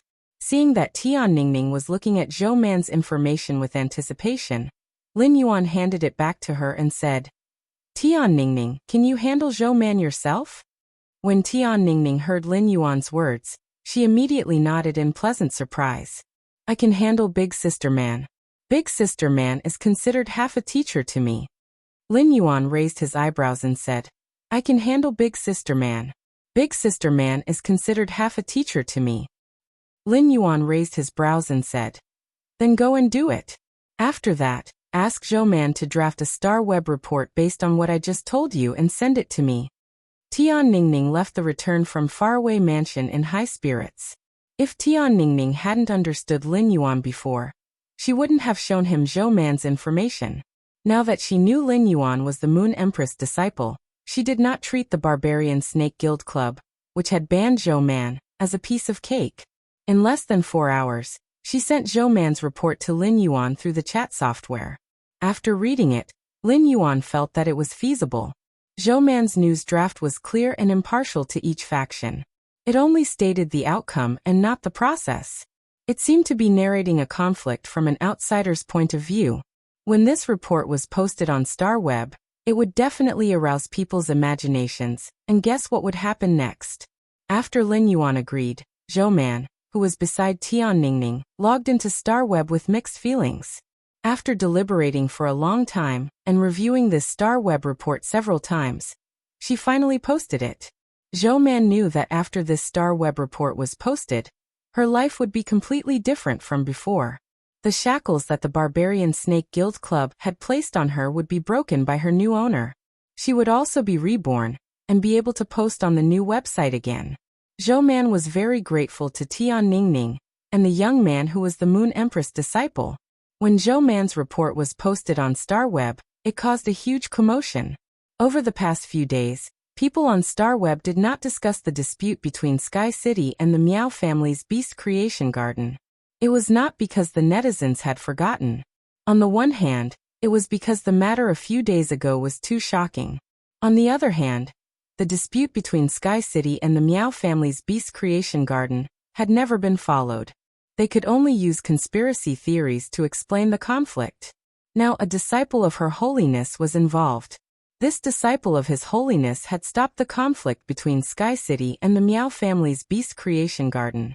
It was no wonder that Sky City and the Miao family's Beast Creation Garden were so peaceful. Zhou Man's report mentioned that the Moon Empress disciple had intervened in this conflict in order to stifle the chaos that might be caused by the faction's struggle on the eve of the Radiance 100 sequence. The behavior of the Moon Empress disciple had garnered a wave of fans on the Star Web. In the past few months since the establishment of Sky City, it had always been on the hot list of forces. Coupled with the mystery and wealth of Sky City also had a large number of die-hard fans. The die-hard fans of Sky City naturally wouldn't allow the disciple of the Full Moon Empress to interfere in this matter. As a result, Sky City was unable to destroy the Miao family's Beast Creation Garden and take revenge. As a result, there were two trends on the Star Web. One side represented Sky City, while the other side represented the Moon Empress disciple, and an intense conflict of opinion broke out. Correspondingly, Lin Yuan's power of faith instantly increased at a faster rate. He knew that this growth rate of the power of faith would last for a while. Of course, there was no event that would never fade. And it was the same for this matter. Lin Yuan wasn't worried about this because in a month's time, with his identity as a combat class spirit chi professional, he would be able to take the top spot in the Radiance 100 sequence selection. At that time, the power of faith would naturally come again. After Zhou Man published the Star Web report, a large number of Star Web reporters began to follow the trend to report this matter. Many Star Web reporters secretly envied Zhou Man, who was said to have been banned by a certain guild club, for getting such explosive first-hand information. However, such public opinion reports were not prohibited on the Star Web. After the Star Web reporters discovered this big news, they all added their own views and wrote articles. In any case, as long as they copied it fast enough, they could become the publisher of second-hand news. They could also gain popularity and make money. This matter had only been fermenting for half a day, and before Lin Yuan could contact the Miao family's beast creation garden, Miao Zhenshan gritted his teeth and took the initiative to call Lin Yuan. Lin Yuan didn't stand on ceremony during the call with Miao Zhenshan. He directly asked for the Phoenix Nirvana flowers in the Miao family's beast creation garden's inventory. Miao Zhenshan naturally didn't dare to refuse. Lin Yuan didn't have any desire to communicate with Miao Zhenshan, but Miao Zhenshan expressed goodwill to Lin Yuan more than once. He expressed his intention to submit. Lin Yuan didn't destroy the Miao family's beast creation garden, and instead protected it because he wanted to harvest the power of faith. He also wanted to use the cooperation between the Miao family's beast creation garden and the whale ocean trade to see if he could find that strange seed with immortal aura. Therefore, Lin Yuan pretended to casually mention the topic of the cooperation between the Miao family's beast creation garden and the whale ocean trade. Miao Zhenshan was worried that he didn't have a topic to talk to Lin Yuan about. He was afraid that he would say something he shouldn't and offend Lin Yuan. He saw that Lin Yuan was interested in the cooperation between the Miao family's beast creation garden and the whale ocean trade. Miao Zhenshan didn't hesitate to tell Lin Yuan the news that Di Wanqing had repeatedly emphasized not to leak. Lord Lin Yuan, our cooperation with the whale ocean trade hasn't started yet. According to the whale ocean trade's second-in-command, Di Wanqing, they found the Miao family's beast creation garden to enhance a seed. As for what the seed is, it hasn't been sent over, so I'm not too sure. Now that you've solved the predicament of the Miao family's beast creation garden, the whale ocean trade doesn't have to worry about it anymore. I'm sure they'll send the seed to the Miao family's beast creation garden soon, and continue the previous cooperation. Miao Zhenshan's heart surged with anger. Miao Zhenshan recalled how the whale ocean trade had rejected him when he had sought help from the whale ocean trade. After being rejected by the whale ocean trade, Miao Zhenshan had thought of refusing to cooperate with the whale ocean trade more than once. However, Di Wanqing's threat on the way back had made Miao Zhenshan unable to ignore the whale ocean trade's power. To put it bluntly, Miao Zhenshan was afraid of the whale ocean trade.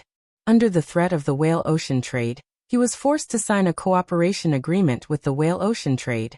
Therefore, he told Lin Yuan about the agreement he had repeatedly with the whale ocean trade not to expose it. Miao Zhenshan felt his heart full of pain and pleasure. Lin Yuan's eyes lit up when he heard Miao Zhenshan's words. Seed. Would the seed that the whale ocean trade asked the Miao family's beast creation garden to cultivate be the same as the seed that Red Thorn had devoured? End of this chapter. Chapter 1376.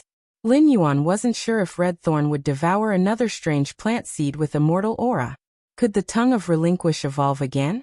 Because of that strange plant seed, Red Thorn's bloodline was upgraded to the peak of 3-winged. However, it was very likely that Red Thorn would use the power of the seed to break through in one fell swoop after absorbing the next freak seed. He would become a 4-winged demon and create a new history of demon phase. Lin Yuan said calmly, "Oh, I see. 3 of your Miao family's Emperor-class experts were killed in the Blood Oath battle between the Beast Creation Garden and the Blissful Ocean clan. You only have 4 of the 7 Emperor-class experts left. When I have the time, I'll visit your place and use nomological crystals to replenish your Miao family's beast creation garden with 3 emperors. At the same time, I'll take a look at what kind of plant seeds the Whale Ocean Trading Company, one of the top 3 factions, needs to cooperate with other factions to cultivate. Miao Zhinshan was attracted by the first half of Lin Yuan's sentence. Although the 3 dead peak emperor stage powerhouses were a little out of control after becoming great emperor stage powerhouses, the emperor stage powerhouses did not have any restrictions. But those 3 were indeed the Miao family's beast creation garden's emperor-level combat power. Miao Zhinshan's heart ached when she died. Miao Zhinshan was so happy that he could not help but take small steps in the study when he heard that he could make up for the 3 emperor-class experts who had died. The extreme joy and surprise caused Miao Zhinshan to no longer be in the mood to listen to the second half of Lin Yuan's sentence. Subconsciously he agreed to it. After Miao Zhinshan was done being happy, he suddenly understood what Lin Yuan meant. If Whale Ocean Trading Company had stepped in to help the Miao family's beast creation garden, even if the matter had not been resolved, in order to keep his promise, Miao Zhinshan naturally wouldn't show that seed to Lin Yuan.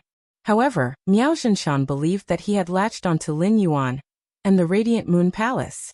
He was no longer afraid of the Whale Ocean trade. Miao Zhinshan, who had just obtained benefits from Lin Yuan, understood a principle. He would have meat to eat if he followed Lin Yuan. Since Lin Yuan wanted to see the Whale Ocean trade seed, he would just take a look. As for Lin Yuan's last words, it was the doubt that Miao Zhinshan had always had in his heart. The Whale Ocean Trading Company was formed by the merger of 3 peak powers. Before the merger, the Sea-Sky lineage's creation master resources were superior to the Miao family's beast creation garden. After the merger, the Whale Ocean trade swallowed all kinds of resources with an unstoppable momentum.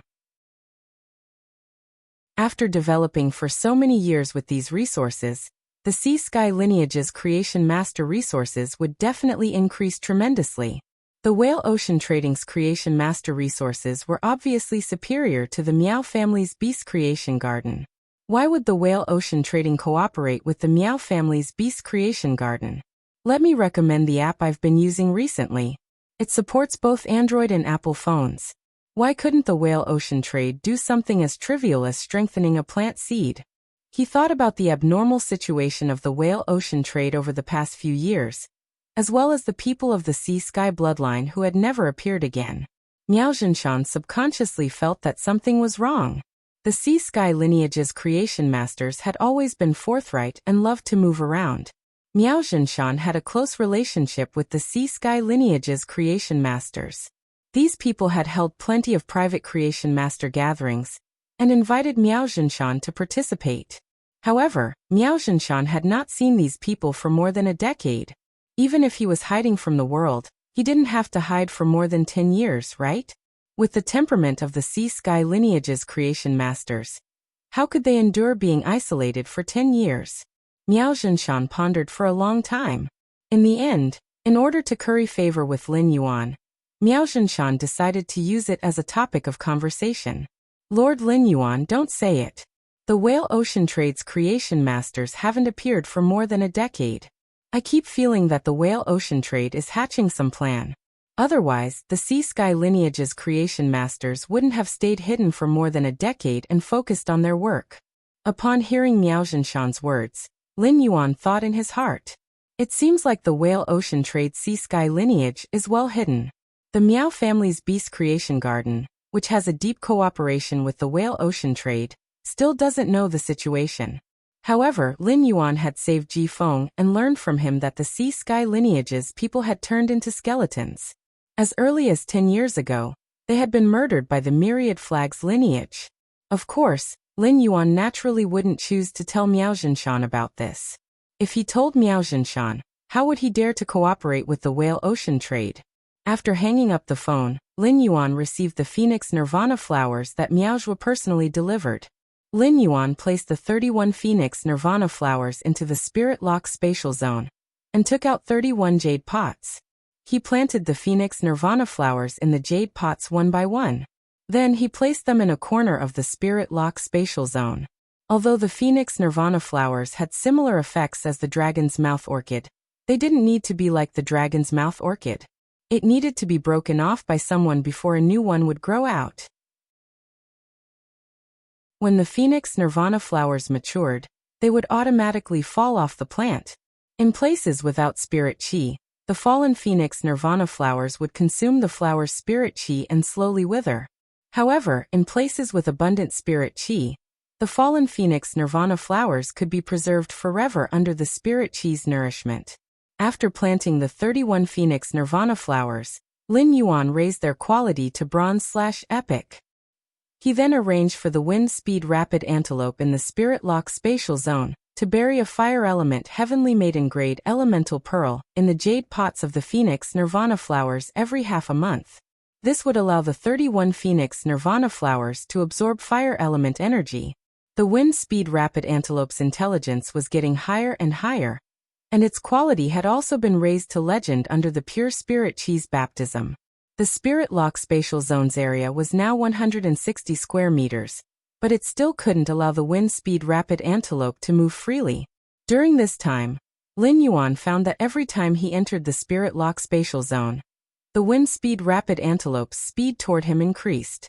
It seemed that the wind speed rapid antelope had not eaten those wind element heavenly maiden grade elemental pearls for nothing. In terms of strength, there was already a steady increase. However, it still needed a fortuitous encounter if it wanted to evolve and improve its bloodline. After leaving the spirit lock spatial zone, Lin Yuan looked at the time. He found that it had been 9 days since the last celestial assembly ended. As when you had gone to the Radiance Palace to learn from Mystic Moon, she had yet to return. As usual, the celestial assembly that happened once every 7 days could only be skipped. Lin Yuan understood when she must have been held up by something important if she did not come back on time. She should now be at a critical stage of increasing her faction. Lin Yuan decided not to wait for her, and went to the Divine Wood Federation first. After all, he still had a lot of things to do in the Divine Wood Federation. Just as Lin Yuan was about to set off for the Divine Wood Federation, Luoya, who had returned to Namma City early, stayed by the window all day, looking forward. She held her phone in anticipation, waiting for Lin Yuan to contact her. After Luoya returned to the family, she immediately asked her father for 2 walnut trees. ABC. Chapter 1377. For the first 3 days, Luoya did not feel anything when Lin Yuan did not contact her. But on the 4th day, when Lin Yuan still hadn't contacted her, Luoya panicked. On the 5th and 6th day, Luoya started to suspect if Lin Yuan had seen something from her. Luoya tried hard to recall her interactions with Lin Yuan. At that time, Fu Di's sudden attack had most likely allowed him to see that Fu Di and his subordinates were not an ordinary caravan. They were a group of bandits. Did Lin Yuan discover her identity as a member of the bandits? However, she had only joined the Dry Cliff Bandits to flirt with men, and not to plunder the Deep Cult Federation's merchant group's resources. Or perhaps Lin Yuan did not like her at all.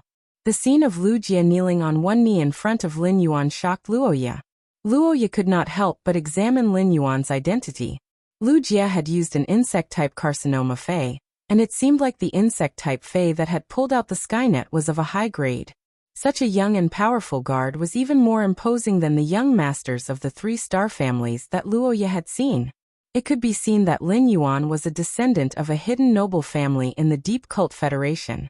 A descendant of a hidden noble family in the Deep Cult Federation was comparable to a young master of a 4-star family in the Divine Wood Federation.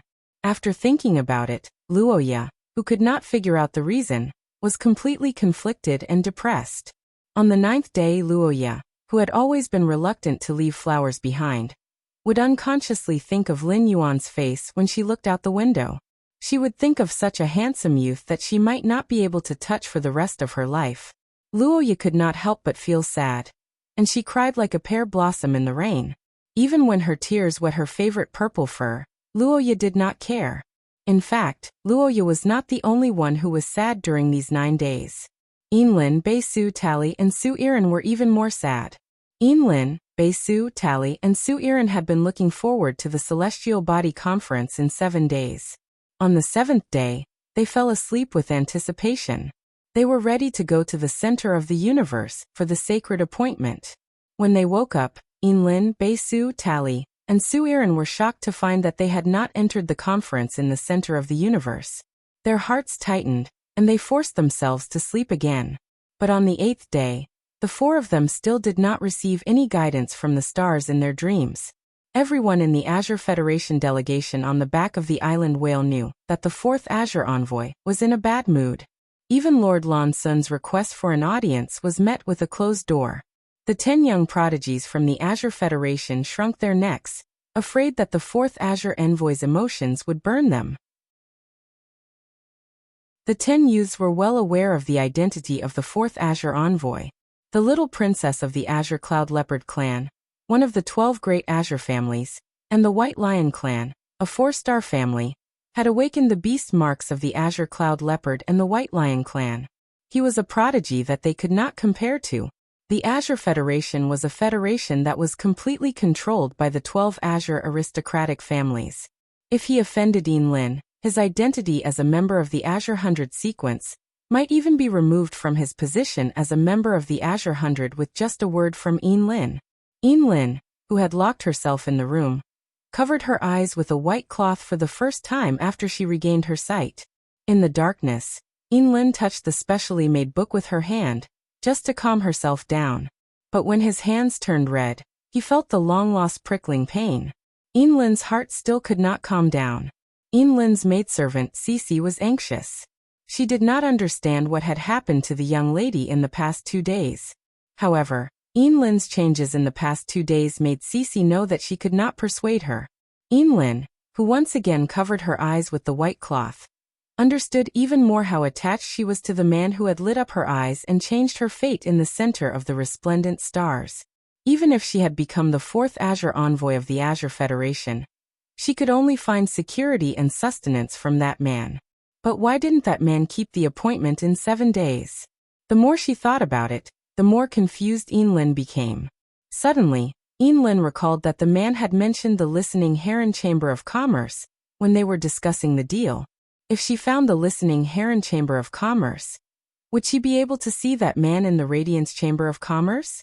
At the thought of this, Yinlin pulled off the white ribbon covering her eyes. She walked out of the house and arrived directly above the floating island whale's head. Looking at the sea level, Yinlin's face was calm, but she was looking forward to reaching the Radiance Chamber of Commerce soon. Thinking of the conflict between the Radiance Chamber of Commerce and the Freedom Federation a few days ago, Yinlin's heart tightened. That man didn't keep the appointment. He couldn't have been affected by that conflict, right? 5 days later is the next 7-day appointment. Will you come for the next 7-day appointment? Bei Su, who was in the underground world, did not see the meteorological anomalies that could only be seen on the surface. However, in these 7 days, Bei Su had grown a lot. Bei Su used the Sharp Shadow Dark Bat's exclusive skill, the Bat Fang Vampires, to pull up a team of 10. After pulling up the team of 10, Bei Su decided not to continue expanding the team for a short time. Instead, he focused on improving the strength of the 10 people in the team. Bei Su, who had consecutively leveled several Class 1 underground dimensional rifts, had really equipped a few source-type items for the team members he had pulled up. Looking at the growth of his team members, Bei Su felt a sense of accomplishment for the first time. Bei Su very much wanted to tell Lin Yuan about his results in the past 7 days. Bei Su did not ask for Lin Yuan to praise him, and only hoped to share his happiness with him.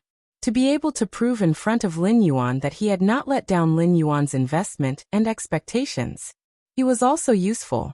Lin Yuan had saved his life, allowed him to have a Fei, and got rid of the curse mark Stoneworm clone. Such a great favor could not be repaid in this life. Bei Su had always been hard-working. When he had just pulled up the team to fight against the Class 1 underground dimensional rift, it was common for him to not sleep for 3 days in a row. However, in order to not miss the Celestial Council, Bei Su slept for an entire day on the 7th day. However, Bei Su, who had not entered the Celestial Council, panicked. Unlike Yinlin, Bei Su did not have the ability to go to Radiance. He had the ability to talk about cooperation with Lin Yuan, and the ability to find Lin Yuan in the real world.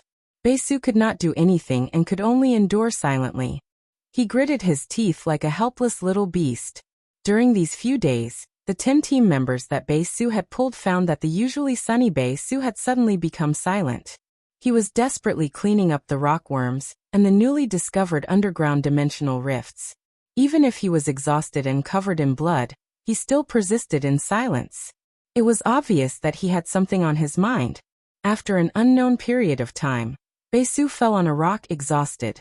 In the dark environment, Baesu's eyes were red, and he gently sniffed. He only hoped to see the man who had redeemed him again in another 5 days, and to be able to join the grand event held in the Celestial Council. End of this chapter.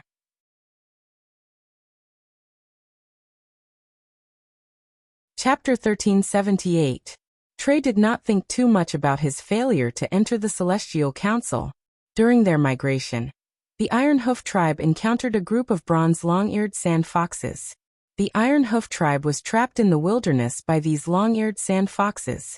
The long-eared sand fox was a very cunning wild beast species Fae that liked to move in groups. Long-eared sand foxes would often choose to trap their prey within a certain range in order not to attack recklessly and injure themselves. They split up and feigned an attack to tire the prey out. Then, due to the long period of siege, the prey would enter a state of thirst and hunger, and then they would surround and kill the prey. The strongest person in the Iron Hoof tribe was Tally's grandfather. Trey's grandfather's main Fae was a silver earth-drilling mole. However, even if a silver pinnacle earth-drilling mole was a rank higher than the long-eared sand foxes, it was impossible for it to fight against a pack of long-eared sand foxes. In the end, when Tally's grandfather was in danger, he used the Iron Hoof tribe's treasure, the earthwheel flower. With the help of the earthwheel flower's medicinal properties, the earth-drilling mole successfully advanced from the peak of the silver tier to the gold tier. The gold tier burrowing mole took the initiative to attack and kill a few long-eared sand foxes. After sensing the power of the gold tier burrowing mole, the group of long-eared sand foxes had no choice but to give up their siege on the Iron Hoof tribe. In the wilderness, once a long-eared sand fox was injured, even if it wasn't treated as prey by beasts that were stronger than it would still be killed. Those small and bloodthirsty insect species Faes would also look for the long-eared sand fox. Therefore, Faes in the wilderness, even if they were hungry beasts, would do their best to ensure that they wouldn't get injured. Due to the siege of the long-eared sand foxes, Trey was unable to sleep for about 2 hours. Trey thought that he had missed the grand event at the center of the starry sky. He was unable to participate in the gathering that was held once every 7 days, and was unable to receive Lin Yuan's instructions. Trey could only follow his previous agreement with Lin Yuan, and continue to guide the Iron Hoof tribe to the border between the Iron Hammer Federation and the Divine Wood Federation. Moving an entire tribe was not an easy task. There were people of all ages in a tribe. The old, the young, the women, and the children moved more than twice as fast as the men in their prime. The old, the weak, the women, and the children had to rest for up to 20 minutes every hour. Previously, when the earth-drilling mole was still at the silver level, the people of the Iron Hoof tribe were somewhat worried about migrating. But now that the earth-drilling mole had advanced to the gold rank, and the Iron Hoof tribe was taking the trade route opened by the D-Prime caravan,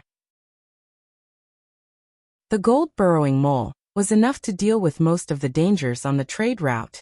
During the migration process, Trey only hoped that the next gathering wouldn't be disturbed by Faes.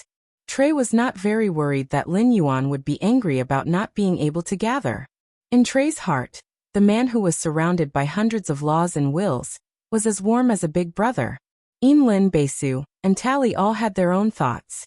They were disappointed that they couldn't participate in the gathering that happened once every 7 days. However, their worries and negative emotions added together could not compare to Su Iran, who was hiding next to a trash can in an alley in the Divine Wood Federation's Oak City. Zoel was originally a dark emissary chosen by the 7 nations of the Dark Gloom. None of the 7 federations on the Dark Continent could compare to the Divine Wood Federation. However, when the 7 federations of the Dark Continent were combined, their strength was not much different from the Divine Wood Federation, the Iron Hammer Federation, and the D-Prime Federation combined. In the Divine Wood Federation, Zoel, who had always been at the top, tasted true helplessness and the darkness from the bottom. Zoelle could not remember how many times she had been beaten in the month or so since she came to the Divine Wood Federation. How many times had she struggled to survive on the verge of death?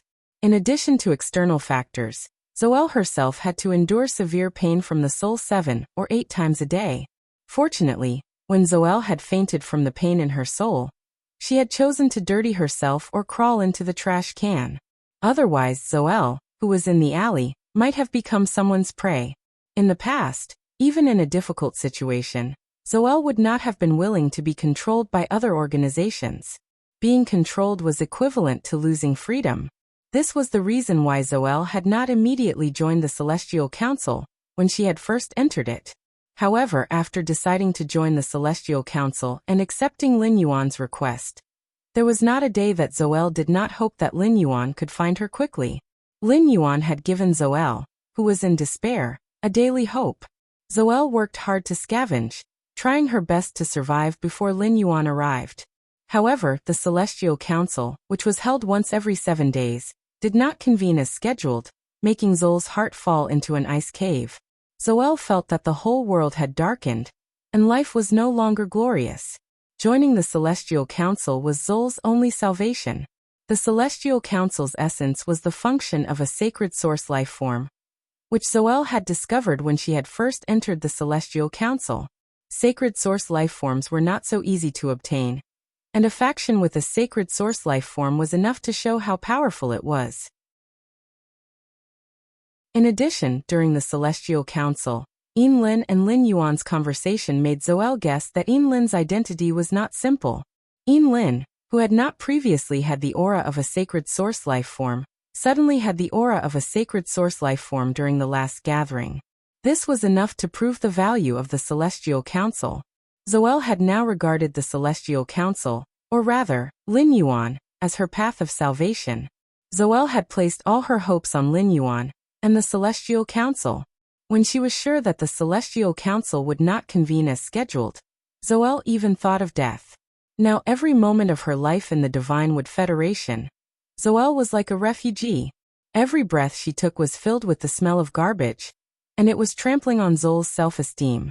But in the end, Zoelle still thought of Lin Yuan's words. As long as one is alive, there is hope. This sentence once again supported Zoelle in the darkness. It gave Zoelle a reason to continue persevering. Zoelle tightly gripped the phone she had found and murmured, "There is still hope. Maybe I can hold on for another 7 days. The last 7 days." Thinking of this, Zoelle's body suddenly trembled. The intense pain in her soul caused Zoe to faint. In the Return from Faraway Manor, the mother of Bloodbath, who had been in a room with complicated feelings, learned that Lin Yuan was going to the Divine Wood Federation. It immediately expressed that it would go with Lin Yuan to the Divine Wood Federation and protect his safety during the training. However, after some consideration, Lin Yuan finally rejected the mother of Bloodbath. Lin Yuan said seriously to the mother of Bloodbath, "Mother of Bloodbath, your family will definitely go to Radiance to find you." End of chapter. Chapter 1379. During this period of time, your parents came to the Radiance Federation, but you were with me in the Divine Wood Federation. Your parents will be worried because they can't find you. Moreover, with Wuxia following me to the Divine Wood Federation, I won't be in any danger. If we really encounter danger, I will summon the killer butterfly at any time. The mother of Bloodbath knew that every word Lin Yuan said was for its sake. However, the mother of Bloodbath was not happy at all. As Lin Yuan's path protector, it would be a dereliction of duty if he could not accompany Lin Yuan when he went out to train. She recalled how Lin Yuan had used a sacred source life form to lower his temperature. The mother of Bloodbath knew that Lin Yuan was not much weaker than it. Lin Yuan could already protect himself. This made the mother of Bloodbath suddenly feel that it was very, very far away from Lin Yuan. Moreover, this feeling continued to grow stronger and stronger. The feelings of Faze had always been simple, let alone a female spider's yearning. Just as the sea of bitterness in the mother of Bloodbath's heart was about to ripple, he gently placed his hand on the mother of Bloodbath's shoulder. When Lin Yuan saw the mother of Bloodbath's expression, he thought it was still thinking about why its parents had abandoned it. Lin Yuan could not comfort her too much about such things. He could only wait for the mother of Bloodbath to meet his family before all the knots in his heart could be resolved. Lin Yuan gently patted the mother of Bloodbath's shoulder, and then brushed the hair on its shoulder to the back of its head. Given your parents' strength, they should be able to reach the Hui Yao sect within a month. If you're really bored during this month, why don't you just organize an event and find a group of friends who get along with you to host a food festival together? Upon hearing that, the mother of Bloodbath's heart warmed. From Lin Yuan's eyes, the mother of Bloodbath could see that he cared for it from the bottom of his heart. Lin Yuan's concern was like a spring breeze, brushing away the sea of bitterness in the mother of Bloodbath's heart, and making its feelings tremble slightly. The more it trembled, the more the mother of Bloodbath's feelings solidified. The mother of Bloodbath broke into a smile, stunning Lin Yuan. The mother of Bloodbath, which usually had a cold expression, suddenly smiled. Its red eyes were bright, and its red lips were curled up. It was extremely beautiful. It was like a peony that had suddenly been dyed in color, exceptionally stunning. The mother of Bloodbath said, Lin Yuan, how can you bring Lu Jia alone to the Divine Wood Federation? Ji Feng has been guarding the listening Heron Chamber of Commerce during this period of time, so it's not convenient for him to show up. Why don't you bring him to the Divine Wood Federation? With Ji Feng around, we can take care of each other if we encounter any danger. The killer butterfly is guarding the swamp world. It won't be good if it encounters danger in the swamp world when you summon it. I'll be heading over to the listening Heron Chamber of Commerce during this period. I can use the sacred source life form essence contract you gave me. After that, I'll familiarize myself with the changes in my abilities after transforming into a favored spirit. When Lin Yuan heard the mother of Bloodbath's words, he suddenly realized that he had neglected Ji Feng during this period. In the Radiance Federation, especially in the royal capital, it was inconvenient for Ji Feng to show his face anywhere. However, once they left the Radiance Federation and the Whale Ocean's 10,000 Flags lineage's sphere of influence, they would not be able to escape. Ji Feng could move freely now. The mother of Bloodbath could no longer be bothered with its family, and focus on the sacred source lifeform's essence contract to increase its strength. In Lin Yuan's opinion, it couldn't be any better. Lin Yuan smiled at the mother of Bloodbath. Mother of Bloodbath, show me what your sacred source lifeform is the next time I come back. I'll prepare the resources to raise the sacred source lifeform star grade. When the mother of Bloodbath heard Lin Yuan's words, it suddenly felt as though it was looking at the C-rank spirit chi professional, who had just arrived at the Radiant Moon Palace. In half a year, this youth had experienced more things than others in a lifetime, but he was still the same. Lin Yuan's temperament hadn't changed, causing the mother of Bloodbath to suddenly have an impulse. It wanted to hug this youth in front of it without caring about anything else. In the end, the mother of Bloodbath's rationality stopped its impulse. I want to run to you without caring about anything. But compared to you, I'm not good enough. The mother of Bloodbath, which had just transformed into a favored spirit and reached Myth 3, suddenly felt pressure in its heart. The mother of Bloodbath had never been a lazy fae. However, the mother of Bloodbath knew that if it wanted to rush to Lin Yuan, it would need to work harder. When he went to the Divine Wood Federation this time, he took out the floating silver from the underground space's wall. He also chose 8 spirit craftsmen from the manor that Huquan had appointed. Ji Feng and Lu Jia, who had rushed back to the return from faraway manor from the listening Heron Chamber of Commerce with the 8 spirit craftsmen in the Treasure Cave Golden Cicada artifact, crossed the spatial tunnel, and went straight to the Divine Wood Federation. After returning to the Divine Wood Federation again, Lin Yuan recovered from the nauseating dizziness. He was stunned by the scene in front of him. When Lin Yuan had left, the Divine Wood Federation's underground palace had just been excavated. The surrounding walls were all covered in dust. But now this huge underground palace had been built with steel plates as a framework and divided into different areas. As Huquan drew the blueprint, he commanded his spirit craftsmen to supervise the Dry Cliff Bandits' spies and transport the ironwood powder. Hu Tianzheng commanded his main fae, the Terror Claw Rock Bear, to use the heavy rock law and condense the ironwood sand into a rock slab. Upon seeing Lin Yuan appear, Hu Quan hurriedly walked over excitedly and asked him, "Lin Yuan, have you found the spatial soft silver?" "Now, I just need enough spatial soft silver to be buried in the radium-uranium steel walls. Then, I can lay the rock slabs that Hu Tian has condensed in the past few days on the walls, and then carve the walls. Because of your idea of the forbidden area, I plan to carve the bone lotus flower that the six-winged demon spawned on the walls of the underground palace. In the sea of bone lotus flowers, carve the maps of the Divine Wood Federation, the Iron Hammer Federation, and the Deep Lush Federation. Let the entire underground palace's walls form a set of murals. What do you think of the Bone Lotus World Annihilation Catalog?" Lin Yuan did not want to give too many opinions on Hu Quan's design ideas. He would just let Hu Quan do as he pleased. Although Lin Yuan did not want to give any opinions on the design, he still had to give his opinions on the function. He had communicated with Tally in the Celestial Council previously. Lin Yuan planned to let Tally apply to the Iron Hammer Imperial Court to confer the land at the junction of the Divine Wood Federation and the Iron Hammer Federation as the Iron Hoof Tribe's private territory. Then he would let the Iron Hoof Tribe build a city in this area. Through the geographical location, he would grab the throats of the Divine Wood Federation and the Iron Hammer Federation. If he wanted to build a city in this kind of place where chickens did not lay eggs and attract people there. In addition to the forbidden area shrouded in fog all day, there were other more attractive things. ABC. Chapter 1380. It was the most scarce resource in the agro-pattern continent, the Creation Master resource. Therefore, in the underground palace, there had to be a few breeding rooms. I've already dealt with the floating silver. I'll give it to you in 2 days. I have always trusted Uncle Hu's designs.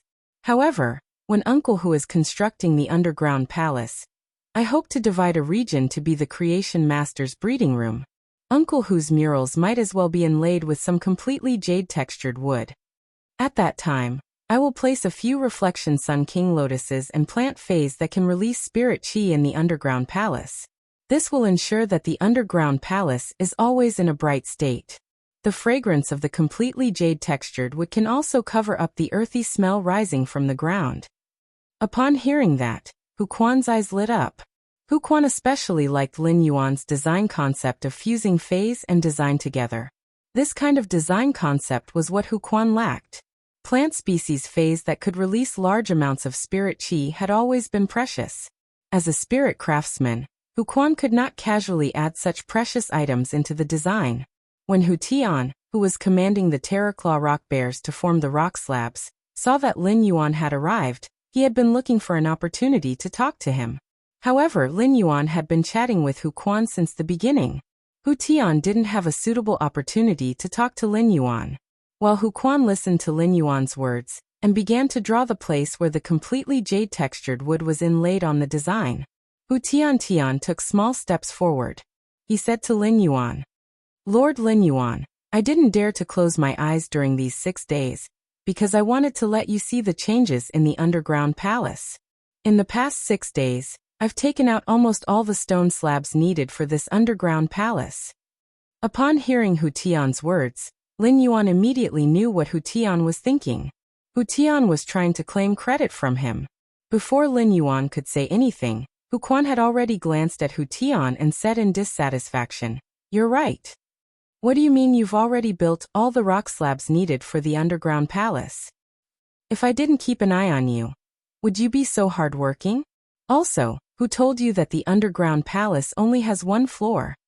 After the construction of the first floor is completed, as long as Lin Yuan wishes, he can also build the second and third floors to increase the underground palace's functionality. You've only worked for 6 days and you're already in such a rush to show off. Do you want to ask for some benefits?" The Zheng family was destroyed by Sky City. As a servant of Sky City, shouldn't you be doing your job? Over the past few days, Hu Quan had become increasingly dissatisfied with Hu Tian, who shared the same surname as him. This was because Hu Quan could clearly sense Hu Tian's purpose in doing things. Commanding the Terror Claw rock bears to use the heavy rock world to create rock slabs was a very easy task. But Hu Tian looked very tired. Was Hu Tian using a myth-breed Fey as a platinum Fey? Hu Tian was doing this to show off in front of him, and then use him to let Lin Yuan know of Hu Tian's efforts. A spirit craftsman was a job with a conscience, and Hu Quan's greatest taboo was people who played tricks and claimed credit. Hu Tian had both of these points.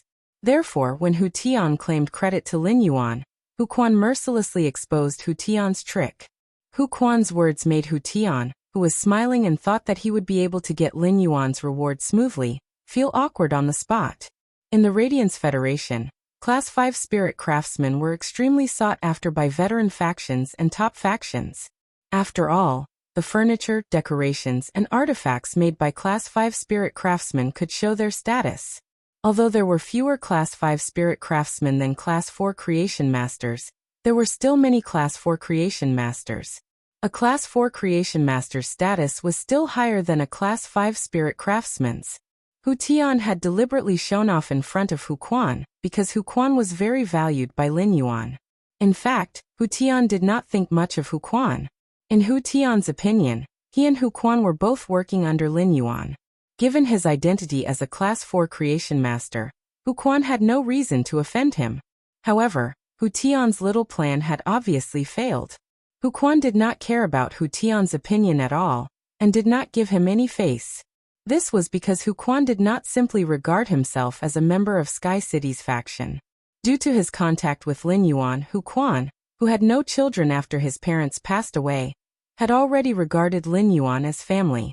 Hu Quan did not want Lin Yuan to be deceived by Hu Tian. Hu Quan knew that once Hu Tian succeeded in deceiving Lin Yuan the first time, it would only become worse in the future. Looking at Lin Yuan's faint smile, Hu Tian thought of Lin Yuan's means in the Zheng family's reception room. He could not help but feel terrified. Hu Tian hurriedly said to Lin Yuan while trembling, "Lord Lin Yuan, I have no intention of claiming credit. I'm your servant. Whatever you ask me to do is what I should do. I'm your servant. Whatever you ask me to do is what I should do. Uncle Hu Tian will continue to be used by you here." Lin Yuan ignored Hu Tian and turned to speak to Hu Quan. "I only brought 8 spirit craftsmen this time. With Hu Tian helping to make the rock slabs, you don't have to use a little bit of iron grinding wood to burn the rock slabs." Upon hearing Lin Yuan's words, Hu Quan looked at Hu Tian in disdain and nodded. "Lin Yuan, I won't be polite with Hu Tian. If you want to carve murals in the underground palace, you need to lay at least 2 layers of rock slabs to have the 3-dimensional feeling of carvings. If you have enough floating soft silver, I advocate that you also lay another layer of floating soft silver threads. This way you can better isolate it from the outside world's detection." Upon hearing that, Lin Yuan replied with a smile. "Uncle Hu, there will be enough floating soft silver in the future." Then Lin Yuan looked at the trembling Hu Tian and said solemnly, "If you want a reward, sure. If you want a reward, sure. I'm never stingy with rewards for loyal people. However, I've always only given rewards to people with meritorious service. When will you be under Uncle Hu's command and satisfy him? When will I give you 5 Earth Element Heavenly Maiden Grade Elemental Pearls?" After saying that, Lin Yuan took out the treasured artifacts made from the treasure cave Golden Cicada's skin and stomach sac and released Lu Jie, Jifeng, and the 8 spirit craftsmen. "I've been using a book-chasing app recently. Cache books and read them offline." After the 8 spirit craftsmen were released, Hu Quan immediately arranged for them to work. Lu Jie looked at the underground palace in front of him, and was secretly surprised by the progress of the construction. Lu Jie walked to Hu Quan's side and handed him a diamond face storage box. "Uncle Hu, these are the dishes I cooked for you. They're all your favorite dishes. I've put these ingredients in food boxes made of spirit nurturing wood. I've made about 15 days worth, enough for you to eat until the next time I come over." Spirit nurturing wood was a kind of very functional wood, and its greatest function was to keep fresh. The Spirit Food Pavilion would use food boxes made of spirit nurturing wood to transport dishes. Lu Jie's food boxes were given to him by Zhen Lai when he was a guest. Hu Quan took the diamond face storage box from Lu Jie and said with a smile, "It's already my pleasure to design and build an underground palace. It's simply a pleasure to be able to eat your cooking on such a pleasure." to be able to eat your cooking on such a joyous occasion. It's really a blessing on top of a blessing. ABC.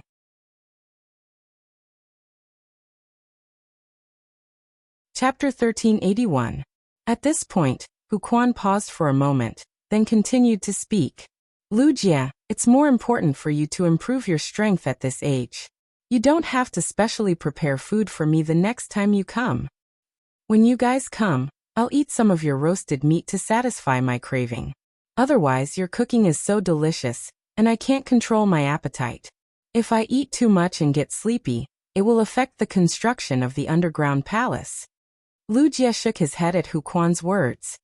Uncle Hu, it's no trouble. I made these dishes when I returned to the manor to cook. It won't take up much time. Uncle Hu just said that double happiness is better than one happiness. Wuxia knew that Huquan was afraid of wasting his time. Wuxia was not a person who was good at expressing his feelings. He would not say anything nice to people close to him. They would only move silently. However, Wuxia did not know that Huquan had already understood his intentions. Huquan hated eating pig liver the most, but he loved eating lamb offal, beef offal, and the like. Normally, no one in the manor liked to eat these things. It was obviously impossible for Wuxia to say that he had done it in passing. Jifeng had not seen Lin Yuan for some time. Back at the return from faraway mansion, Jifeng had not had the time to talk to Lin Yuan because he had been in a hurry to set off. A week ago, Jifeng's Karma Sword Orchid had predicted that the Mother of Bloodbath had an ominous sign. Before Jifeng could call and tell Lin Yuan, the Karma Sword Orchid predicted that the Mother of Bloodbath would turn misfortune into fortune. Turning misfortunes into blessings was the most wonderful omen. Evil in front, good in the back. Once the misfortune didn't happen, there wouldn't be any good fortune after that. It was precisely because of this that Jifeng didn't tell Lin Yuan about his prediction. He was afraid that the Mother of Bloodbath would miss the opportunity to avoid the ominous omen. In addition to the Mother of Bloodbath's prediction, Jifeng's Karma Gladiolus had also predicted that something big would happen to Lin Yuan. This matter was so grave that even with Jifeng's Karma Sword Orchid's strength, he was no longer able to determine whether it was good or bad. This made Jifeng worry about Lin Yuan. However, Jifeng was afraid that he would tell Lin Yuan about this prediction that he could not distinguish between good and bad. This would make him hesitate about the path he was going to take next.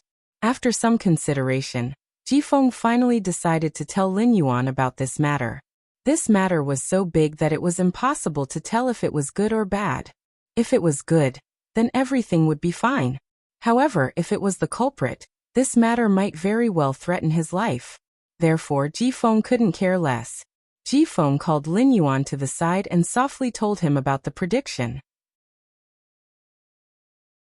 Upon hearing Jifeng's words, Lin Yuan's pupils contracted. However, Lin Yuan's face did not reveal a worried or fearful expression. Lin Yuan was no longer the sickly person he had been in the Xia region. He was now confident that he could face any challenge. Even if he encountered real danger, he would not lack helpers. Currently, Lin Yuan's strongest helper was Bai Yin, who had returned to the swamp world to guard the territory. After the battle with the Shark Ray, Lin Yuan confirmed that Bai Yin had the strongest combat power under the Eternal Realm with his amplification. On the sea, Bai Yin could subdue the Sea Emperor at the peak of Immortal Realm with the immortal body. Ordinary peak Immortal Realm spirit beasts couldn't have such power. Apart from Bai Yin, Lin Yuan also brought the extreme token that his master, the Moon Empress, had prepared for him. These were Lin Yuan's guarantees. As the saying goes, counter soldiers with arms and water with earth. Lin Yuan was confident that he could face any challenge. Regardless of whether it was good or bad, Lin Yuan had to walk the path ahead steadily. Looking at Lin Yuan's expression, Jifeng knew that Lin Yuan wasn't worried or hesitant because of his prediction. Only then did Jifeng feel relieved. At that moment, Lin Yuan was prepared to go outside the underground palace and take a look. He wanted to see what extent the sea of white bone lotuses that Silver Essence had nurtured had reached. As soon as he left the underground palace, Lin Yuan immediately received the surprise that Silver Essence brought. When Lin Yuan left, the sea of white bone lotuses was only the size of a football field. Now the sea of white bone lotuses was at least 10 times larger than before. The Sea of Flowers spread toward the Iron Hammer Federation's border according to Lin Yuan's previous plan. The Class 1 alien insect dimensional rift that Lin Yuan had opened through the space-shattering stone cave was still constantly dropping alien insects. However, when these alien insects fell into the sea of white bone lotuses, they simply couldn't cause any waves. They were completely devoured by those agile and cruel white bone lotuses. At that moment, Lin Yuan saw the Class 1 alien insect dimensional rift suddenly spit out a green, chubby alien insect. Lin Yuan actually recognized this alien insect. It was called the acid corrosion tapeworm. The acid corrosion tapeworm relied on the acid in its abdomen to fight against enemies, and it was considered a Class 3 alien insect with a relatively weak defense. However, no matter how weak the acid corrosion tapeworm's defense was, it was still a Class 3 alien insect. In the sea of white bone lotuses, before the acid corrosion tapeworm could struggle, a large number of insect patterns turned into bone insects that crawled all over its body. These bone insects easily bit through the acid corrosion tapeworm's skin and burrowed into its body. The acid corrosion tapeworm immediately hissed in pain. A large amount of acid gushed out of the acid corrosion tapeworm's body, corroding most of the nearby white bone lotuses. At that moment, a shadow holding a white bone scythe suddenly appeared beside the acid corrosion tapeworm. This shadow waved the white bone scythe in its hand and ruthlessly slashed at the acid corrosion tapeworm's body like a ghost. With just one strike, a large wound that was about 1 meter long appeared on the acid corrosion tapeworm's back. The 1 meter long wound on the acid corrosion sackworm's body that was cut by the white bone scythe instantly spurted out green acid. Before the acid could land on the shadow holding the white bone scythe, the shadow silently melted into the white fog. Just as the acid corrosion tapeworm's 2 bean-sized eyes were wondering why the enemy had suddenly disappeared, the shadow holding the white bone scythe reappeared above the acid corrosion tapeworm's head. The shadow held the white bone scythe and slashed down, and the half-meter-long scythe blade pierced into the insect's brain. It instantly took the acid corrosion tapeworm's life. Upon seeing the shadow holding the white bone scythe, Lin Yuan immediately thought that this should be Silver Splendor's exclusive skill, Hidden Dead Servant. It had been born when the Sea of Flowers was slaughtering a large number of alien insects. When Lin Yuan had left, Silver Splendor had only been a Bronze 3/Elite Fairy. In just 5 days, Silver Splendor had evolved from Bronze 3/Elite to Bronze 6/Flawless. Such an improvement speed was enough to show that Silver Splendor was still a Carcinoma Fae that was adept at expansion and destruction. The Hidden Dead Servant was an existence that would become stronger the more souls it devoured. This was obviously not the Hidden Dead Servant's strongest state. However, the Hidden Dead Servant was already able to kill Class 3 alien insects when Silver Splendor was at Bronze. It was hard for Lin Yuan to imagine how terrifying the Hidden Dead Servant would become after absorbing a large number of souls. It was hard for Lin Yuan to imagine how terrifying the Hidden Dead Servant would become after absorbing a large number of souls in the bone powder fog. ABC. Chapter 1382. Moreover, Silver Flower's exclusive skill could not only produce 1 Hermit Dead Servant, but 36 of them. These hermit undead servants could hide themselves or suddenly materialize themselves in the white bone mist. They were like invisible assassins hidden in the mist. When Lin Yuan had left, the white bone lotus flower mist had drifted above the sea of white bone lotus flowers. It could not completely block Lin Yuan's vision. But now, there was a faint layer of gray fog hidden within the white bone fog. This gray mist should be the hermit mist that was born after the hermit dead servants appeared.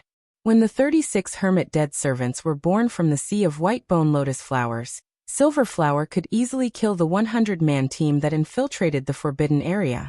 Without using the white bone lotus flowers, Silver Flower could easily kill the 100-man team that infiltrated the forbidden area.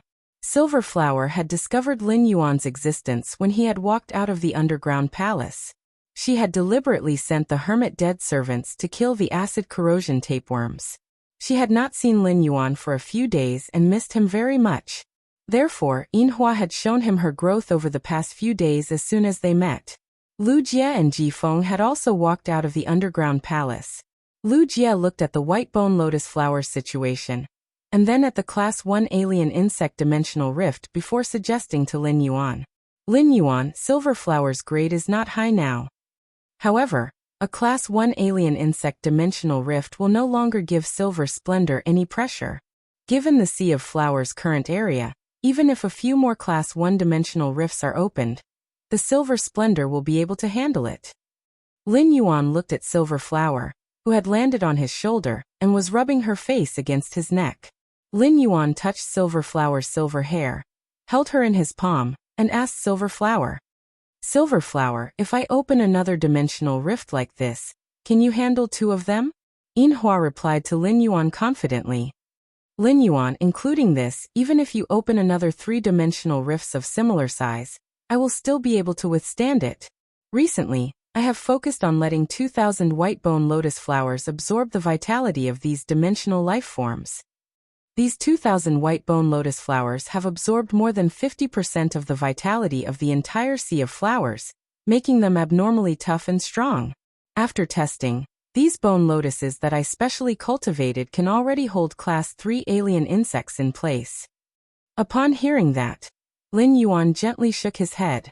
The next time he opened another dimensional rift, he could not guarantee that it would be an alien insect dimensional rift. Be it the swamp dimensional rift, the underground dimensional rift, or the abyss dimensional rift, secondary dimensional lifeforms' average individual strength was higher than the alien insect dimensional rift. However, Lin Yuan did not discourage Silver Flower. Silver Flower, who had transformed from a plant-type carcinoma fey into a demon-type source-type lifeform, needed to grow and expand her knowledge. Lin Yuan stepped into the Sea of Flowers. After Lin Yuan stepped into the Sea of Flowers, these bone lotus flowers did not attack him. Instead, they gently swayed beside him. It was as if they were welcoming their master into a paradise made of white bones. Lin Yuan found a location far away from the Class 1 alien insect dimensional rift. He took out the void-shattering rock, and planned to tear open another Class 1 dimensional rift. Under Lin Yuan's control, the Class 1 dimensional rift opened up. This time, Lin Yuan had used the void-shattering rock to open an underground dimensional rift. Just as a large number of crypt lifeforms surged out, they were immediately entangled, sucked, and torn into pieces by the bone lotus flowers. Soon the first Class 3 underground dimensional lifeform emerged from the Class 1 underground dimensional rift. It was a gargoyle. When the gargoyle emerged from the underground dimensional rift, it saw that the bone lotus flowers were preparing to entangle it, and quickly flew into the sky. However, no matter how high the gargoyle flew, it was still within the range of the bone mist. Silver Flower looked at this Class 3 gargoyle, and her eyes flashed with a silver radiance. Immediately after, the bone mist started to flow. The moment the bone mist flowed, the greenish-gray gargoyle's body turned white. At that moment, this Class 3 gargoyle was covered in bone worms. These bone worms used their sharp mouthparts to tear at the gargoyle's skin. No matter how hard the gargoyle flapped its wings, it was unable to successfully shake off these bone worms that were already nailed to its body. As long as the gargoyle was not stupid, it would not dare to land on the ground and use its wings to beat the ground. It would even use its body to smash against the rocks to kill the bone worms on its body. Right now, the ground was filled with bone lotus flowers that were eyeing the gargoyle covetously. Once the Class 3 gargoyle landed on the ground, it would be entangled by these bone lotus flowers that were specially enhanced by Silver Flower, and it would no longer be able to fly. Finally, under Lin Yuan's watchful eyes, this Class 3 gargoyle was forcefully gnawed into pieces by the bone worms. Only the hard gargoyle's heart was left in the sea of bone lotus flowers. This gargoyle's heart was quickly transported by Yinhua's bone lotus flowers to the place where Yinhua specially hid her treasures. Since Yinhua was able to deal with dimensional lifeforms with high defense like the gargoyle, even if she opened up the abyss dimensional rift and the horn demon, which had the strongest single combat strength among Class 3 dimensional lifeforms, came out, with a certain amount of bone lotus flowers, Yinhua would be able to exhaust the horn demon to death. Lin Yuan decided to respect Yinhua's words and used the void-shattering rocks to open up 2 more Class 1 dimensional rifts in the sea of bone lotus flowers. As a result, One of the two Class 1-dimensional rifts was a swamp-dimensional rift, while the other was an abyss-dimensional rift. The 4-dimensional rifts that had opened up on land were all gathered in the Sea of Bone Lotus Flowers. Yinhua no longer had the energy to continue acting like a spoiled child in front of Lin Yuan, when facing the alien beast tide that gushed out from the 4 Class 1-dimensional rifts. Yinhua arrived at the center of the Sea of Bone Lotus Flowers, and tried her best to control the Bone Lotus Flowers, to wear down the dimensional life forms that gushed out from the 4-dimensional rifts. Whenever a Class 3-dimensional life form gushed out from a Class 1-dimensional rift, Yinhua would immediately arrange for her hermit undead servants to harvest it. She was afraid that Yinhua wouldn't be able to deal with multiple Class 3-dimensional life forms at once. Wuxia asked the insect queen to produce 2 Diamond X flesh-mincing blade insects to take care of Yinhua in the Sea of Flowers. As Wuxia had previously seen Yinhua's Sea of Bone Lotus Flowers, he was surprised by the speed of the Sea of Bone Lotus Flowers development. However, it wasn't that shocking.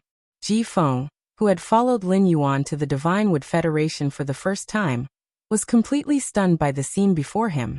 As the young family head of the Whale Ocean Trade's Ocean Sky lineage, Ji Feng was experienced and knowledgeable.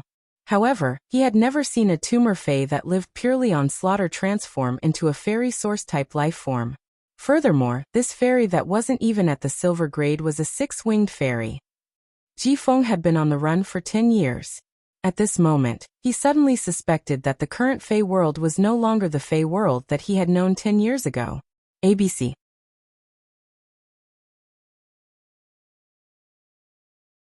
Chapter 1384. Ji Feng and Wuxia naturally had no objections to Lin Yuan's words. They had come to the Divine Wood Federation to protect Lin Yuan. In the Divine Wood Federation, no one knew him. He did not need to hide his identity at all. Lin Yuan waved his hand and summoned Blackie, which was rarely summoned in front of outsiders in the Radiance Federation. After Blackie was summoned, it happily circled a few times in the air. Then he landed beside Lin Yuan and said in a gentle voice, "You're right. Lin Yuan, you became smaller again." Lin Yuan looked at Blackie helplessly. In any case, every time he encountered Blackie, he would always be told that it had become smaller. After some time, Lin Yuan had gotten used to it.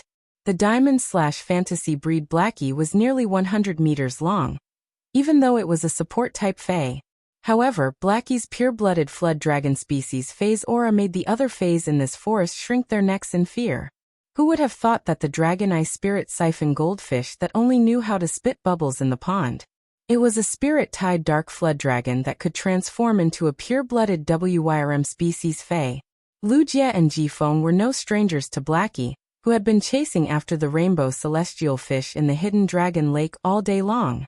The duo followed Lin Yuan and rode on Blackie's back as they headed for Namma City. When Wuxia was with Lin Yuan, he always took the initiative to undertake the investigation. Wuxia, who had just sat on Little Black's back, summoned the Insect Queen.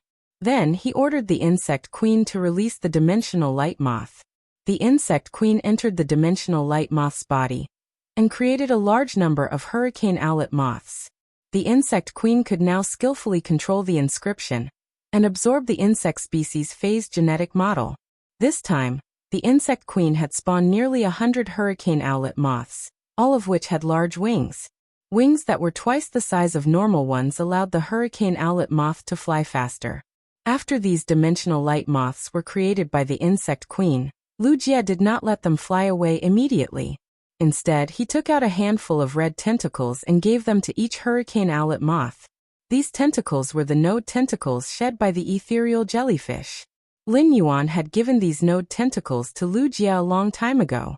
It was impossible for him to spend a lot of time traveling in the Divine Wood Federation. Even though Blackie was a diamond/fantasy breed Fae and had an extremely fast flying speed, it was still unable to catch up to Blackie. Therefore, the Underground Palace, Namma City, and Oak City were the areas that he would be going back and forth between in the future. It was necessary to set up the node tentacles. Wuxia had ordered the Insect Queen to produce nearly 100 Hurricane Owlet moths in one go, which consumed a lot of his spiritual energy. At this moment, Wuxia's face had already turned slightly pale. The hurricane owlet moth was the insect queen's platinum skill. The consumption of the insect queen to produce the hurricane owlet moths was more than 10 times that of producing a flesh-mincing blade insect. Without needing Wuxia to say anything, Blackie, who was happily flying in the sky, had already thoughtfully used spirit injection on Wuxia. After injecting spiritual energy into his body, Wuxia quickly recovered the spiritual energy that he had just consumed. Through his spiritual energy connection with Blackie, Lin Yuan could feel its excitement and happiness. When Little Black was in the Return from Faraway Manor, its range of activity was limited to the Hidden Dragon Lake. No matter how beautiful the Hidden Dragon Lake was, it still couldn't compare to nature. He reached out and gently stroked Blackie's mane. He suddenly recalled that it had been a long time since he had relied on Fays to fight. In the world of Beastmasters, controlling Fays was the foundation of everything. He wanted to find the long-lost feeling of being a beast tamer in the Divine Wood Federation. At that moment, Lin Yuan, who was on Little Black's back, had already seen the town that Wuxia had previously explored. Looking down at this town, Lin Yuan felt that it was more like a town. It was not that this was a slightly larger village. In Redbud City, the Xia region was considered a relatively small county. The Millstone town at the edge of Ascending Dragon City was the place with the worst infrastructure in the Radiance Federation. However, be it the Xia region or Millstone town, they were much stronger than this town. When Lin Yuan had talked to Luoya in the Drycliff Bandits, he had asked her a lot of questions. In the Divine Wood Federation, flying Fays could fly directly above cities. Of course, there was a considerable risk in riding a flying-type Fey to fly above the city. If someone in the city who was stronger than you found you an eyesore and attacked you, you wouldn't be able to escape. In that case, they could only rely on their own abilities.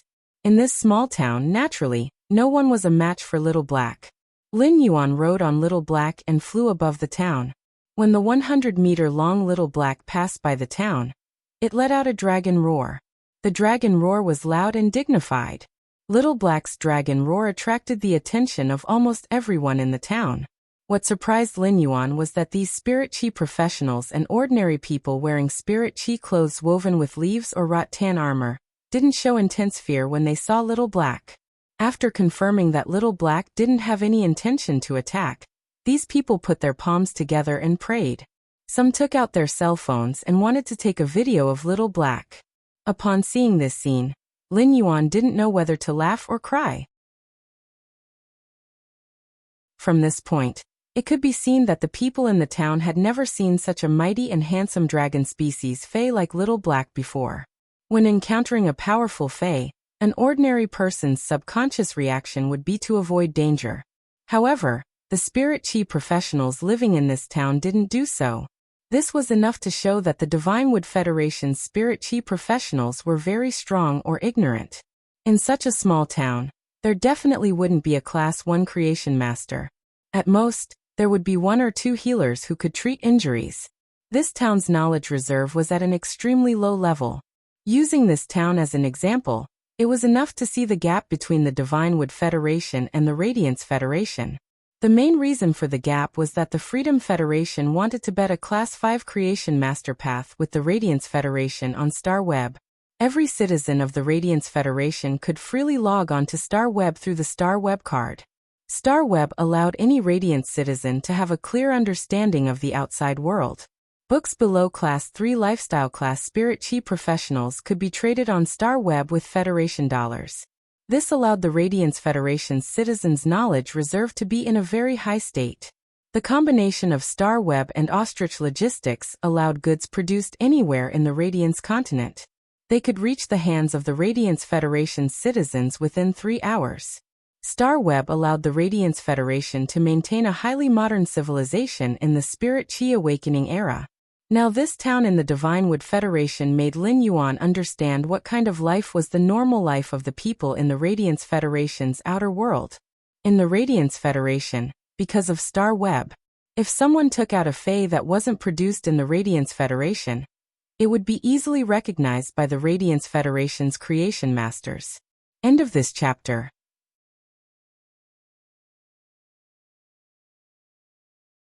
Chapter 1385. However, The Divine Wood Federation's creation masters obviously couldn't do this. Due to the lack of knowledge in front of the Divine Wood Federation's creation masters, the Divine Wood Federation's creation masters wouldn't be able to defeat them. The Divine Wood Federation's creation masters wouldn't be surprised if they took out any phase. Lin Yuan was on Black's back, enjoying the cool breeze as he looked down at the vast forest below. In this federation where strength is everything, the strong are as noble as gods and the weak are as lowly as ants. Everyone has to follow the most primitive law of the jungle, and I, an outsider, am no exception. Here, fists were reason, and reasoning with words could only be regarded as a joke. Wuxia knew that Lin Yuan was going to Namu City to find Luoya to trade for the walnut tree. However, from the first time he saw Luoya and saw the way she stared at him, he could not help but feel a chill run down his spine. Wuxia couldn't help but be wary of Luoya. When Luoya looked at him, her eyes seemed to have several sharp hooks. These sharp hooks wanted to hook him and drag him into a fallen world. Lin Yuan was only 18 years old, and didn't know much about the matters between men and women. As Lin Yuan's retainer knight, he would never allow a woman like Luoya to sully Lin Yuan. Wuxia decided that he would follow Lin Yuan wherever he went in Namu City. He could not give Luoya and Lin Yuan a chance to be alone. Xiao He had already been flying for a few hours, and it wouldn't take long for him to reach Namu City. He took out his cell phone, found the note that Luoya had handed him, and dialed her number. In a large mansion in the southern part of Namu City, a short-haired middle-aged man was looking at a woman who was holding a phone in her hand with a displeased expression. She had a despondent look on her face. Seeing that the woman didn't listen to his words at all, the short-haired man fiercely put down the 2 red jade-like walnuts in his hand and said, "Xiaoya, are you even listening to me? The Huang family has already sent people to visit you several times. You were young and liked to play, so I can follow you. Now you're old enough to talk about marriage. The Huang family is the same as our Luo family, a 2-star family. Huang Yu is the son of the Huang family's patriarch, Huang Zhan. Other than Huang Yu, there are no other males in the Huang family. You will marry into the Huang family. When Huang Yu takes over Huang Zhan's position, you will be the matriarch of the Huang family. Father isn't forcing you to marry Huang Yu. It's not like you have to marry the Huang clan. But Huang Yu has always liked you. You should try getting along with Huang Yu first. After we get to know each other, if you really don't like me, you can tell me. I can help you reject the marriage." This wasn't the first time he talked about marriage with Roya. It was just that Roya rejected him previously because she hadn't had enough fun, and didn't want to stop so early. The people of the Divine Wood Federation were open, and Luoya felt that there was nothing shameful about what she had done before. But after getting married, he could no longer indulge himself like before. But now, it was no longer because she hadn't had enough fun. A few days ago, Luoya had already calmed down. Luoya's mind was now filled with only Lin Yuan. After seeing how outstanding that person was, Luoya didn't even put Huang Yu in her eyes, not to mention marrying him. Seeing how her father was earnestly persuading her, Luoya placed the phone on the table and said, "Father, you have been recommending those 3 clans to me for so many years. Father, you have been recommending those 3 clans to me for so many years because our Luo clan's overall strength is the weakest among the 4 Class 2 Creation Master clans in Namu City. But our Luo family is a Class 2 Creation Master clan. So what if our Luo family doesn't get married to one of the 3 clans?" Roya let out a sigh in response. Luoya was still too young and couldn't think of the crux. Right now, Namu City had 4 Class 2 Creation Master clans and 1 Class 3 Creation Master clan. Right now, the Class 3 Creation Master clan, the Zhang family, was showing signs of wanting to integrate Namu City's Creation Master resources. Not long ago, the Zhang family even released the news that their patriarch had been promoted from a mid-class Class 3 Creation Master to an advanced Class 3 Creation Master. It was obvious that the Zhang family wanted to put pressure on the 4 Class 2 Creation Master clans. Among the 4 Class 2 Creation Master clans, only the Huang family and the Zhang family were related by marriage. The Zhang family's matriarch was the younger sister of the Huang family's patriarch. If Luoya could get married to Huang Yu, the Luo family would be using the Huang family to climb up to the Zhang family. The Luo family's strongest fei was a platinum 3/flawless poison dust moth. However, the Zhang family patriarch had a platinum X/fantasy breed corrosive venomous snake flood dragon. The Luo family didn't have the strength to go against the Zhang family. Roya had always doted on Luoya. Roya didn't want to force Luoya on matters of the heart and sacrifice her happiness. Just as Roya was about to persuade Luoya, she picked up the phone on the table again. She said to Roya seriously, "Father, I already have someone I like. Father, I already have someone I like." Upon hearing this, Rode knitted his brows immediately. However, Roya didn't get angry at Luoya and asked patiently, "Littleya, don't tell me the person you like is a member of the bandits that you invested in previously?" Hearing this, Roja remembered the rough men in the Withered Cliff bandits who never bathed. She nearly retched.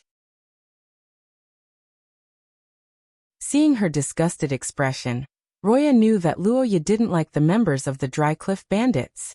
If it wasn't someone from the Dry Cliff bandits, who else could it be? Could it be that Xiaoya was playing around with some guy and suddenly developed feelings for him? Roya decided to quickly cut off Luoya's thoughts. He wanted to let Luoya think about Huang Yu in peace. "Littleya is the man you like in Nanmu City now? If he is, ask him to come home and let me see him." Luoya didn't know what Roya was thinking, but when he mentioned Lin Yuan's whereabouts, Luoya felt aggrieved. "I also want to know where Lin Yuan is." But it had been almost 9 days, and the phone still didn't ring. Just as Luoya was in despair, her phone suddenly rang. When Luoya heard the ringtone of her phone, her eyes suddenly lit up, revealing a ray of hope. Luoya turned on her phone excitedly, and found that it was indeed Lin Yuan's call. Luoya nervously grabbed the armrest of the recliner, and carefully cleared her throat before picking up the phone. As soon as the call was connected, Luoya wanted to be more ladylike and wait for Lin Yuan to speak first. But for some reason, Luoya couldn't control herself after picking up the phone, and said to Lin Yuan first, "Have you been busy for the past 2 days? I haven't seen you call me. When are you free to come to Nanmu City? I'll bring you around. There are a few small shops in Nanmu City that I've eaten in since I was young. They taste really good. Do some research and have a small explosion at the end of the month. I hope everyone can support me." End of this chapter.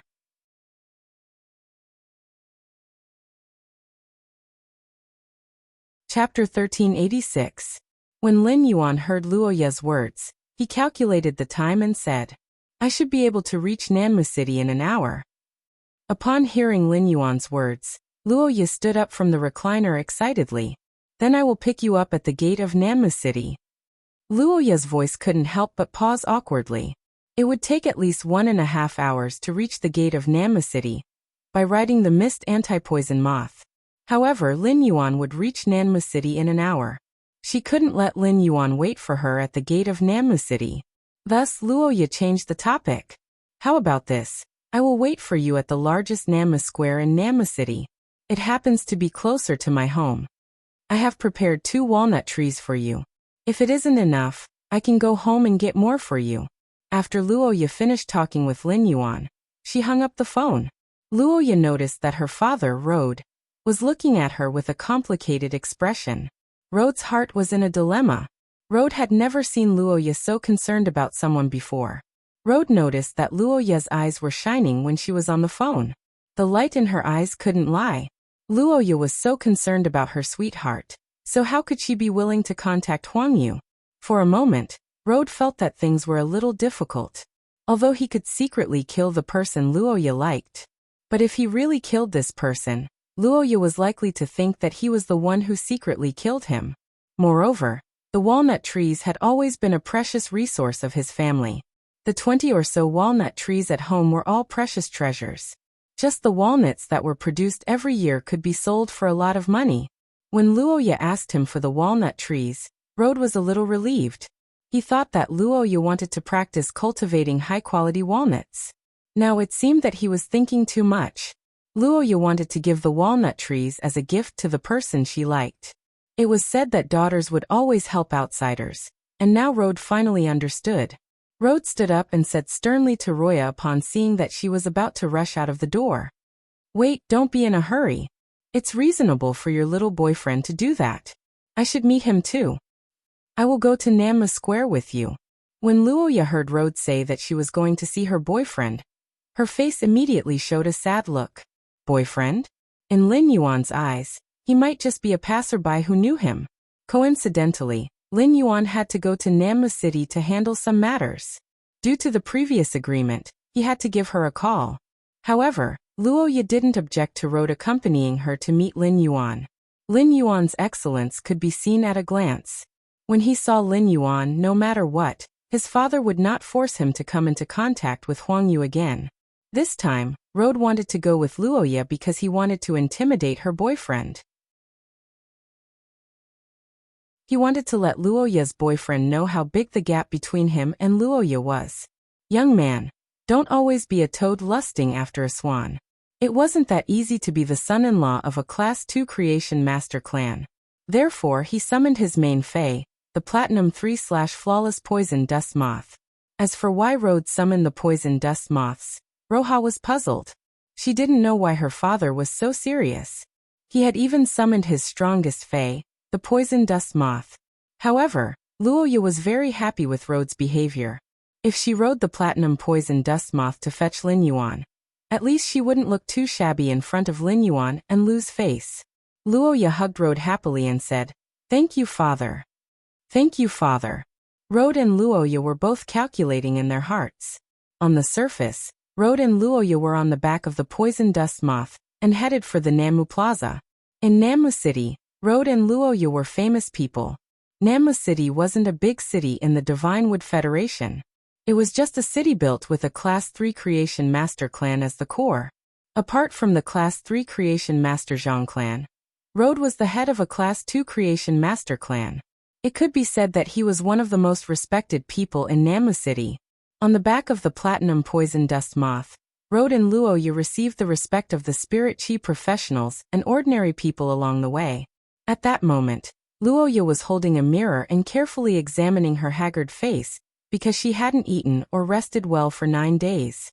The more she looked at her haggard appearance in the mirror, the more uneasy she felt. She was afraid that her haggard appearance would lower Lin Yuan's favorable impression of her. At that moment, Luoya couldn't be bothered that her father, Road, was beside her. She took out her most precious cosmetic powder from her walnut. She wiped it on her face. This cosmetic powder was a mixture of crushed amber, water-type pearl powder, wanyan flower juice, lotus heart dew and gold fei oil. In terms of the production process, only Class 3 Creation Masters were able to use it. In a place like Namma City, this was the highest grade of cosmetic powder. The Zhang family's auction would only auction a bottle of this grade of cosmetic powder every month. Once it was auctioned, it would be desperately fought over by the various matriarchs and young ladies in Namma City. In order to obtain this cosmetic powder, Luoya had spent a considerable amount of deep Sanskrit dollars. Now that she thought about the expenditure of deep Sanskrit dollars, she still felt a little heartache. But now this cosmetic powder came in handy, allowing Luoya to meet Lin Yuan with her best appearance. Luoya felt that the previous expenditure was simply worth it. Luoya applied the cosmetic powder, drew on her eyebrows and tidied up her purple fur coat. Road, who was watching from the side, was dumbfounded. Road had always been very concerned about his only daughter, Luoya. Before Luoya had left Namma City to train a few years ago, Luoya had always been by Road's side. In Road's impression, when his family held a gathering, the Zhang family's bigwigs would be present. Luoya had never dressed up so meticulously.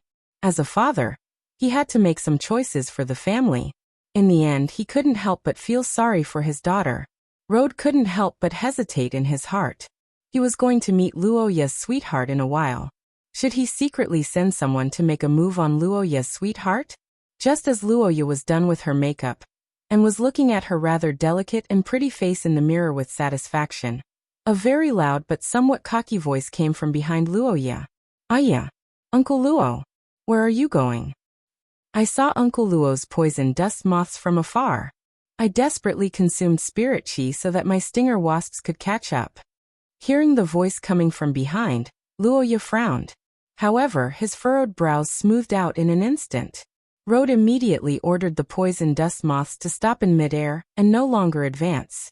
ABC.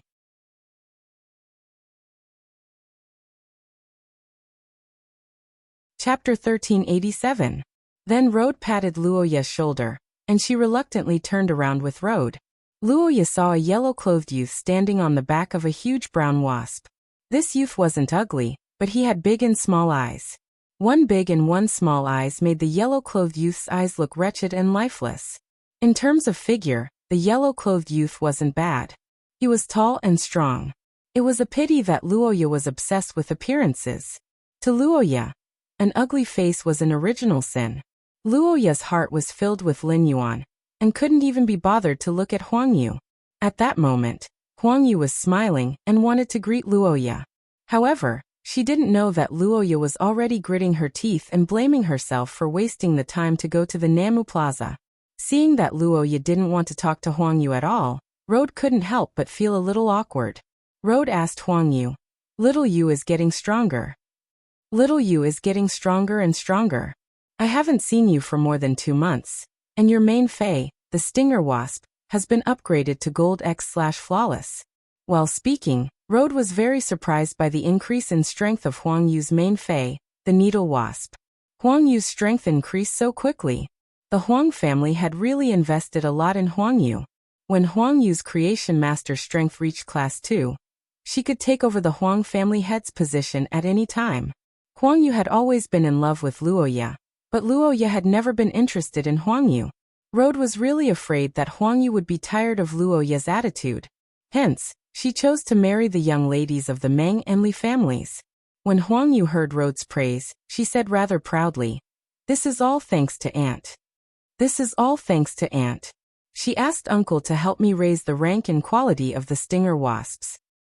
If it wasn't for Uncle's process of enhancing the Needle Wasp, the Needle Wasp's bloodline showed signs of mutation. The Needle Wasp that Uncle Luo is seeing now should be at Platinum." Upon hearing Huang Yu's words, Road's heart shook. It turned out that the Zhang family head had helped Huang Yu enhance her Fei. Huang Yu's aunt married into the Zhang family, and was the Zhang family's matriarch. Only Huang Yu's aunt would be able to persuade the Zhang family head to help a junior raise the strength of a Fei. This was the benefit of a marriage alliance.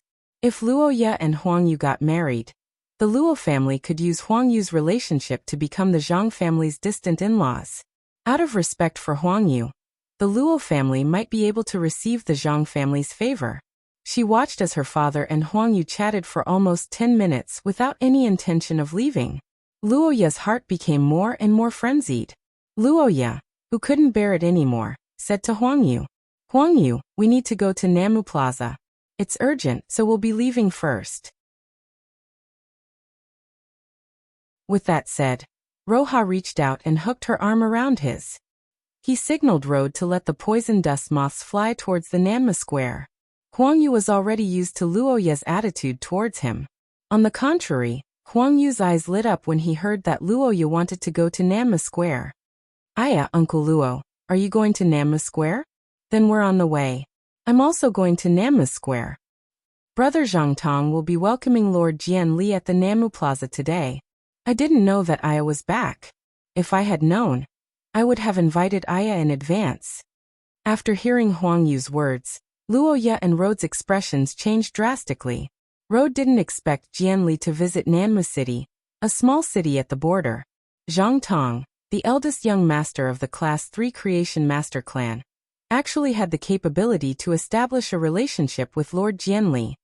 Lord Jian Li was a well-known figure among the Divine Wood Federation's younger generation. He was ranked 83rd in the Divine Wood 100 sequence.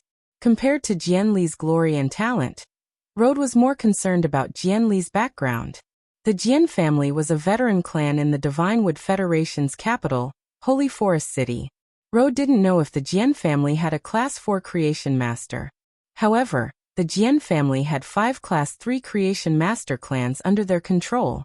One of the Class 3 Creation Master clans even had a pinnacle Class 3 Creation Master.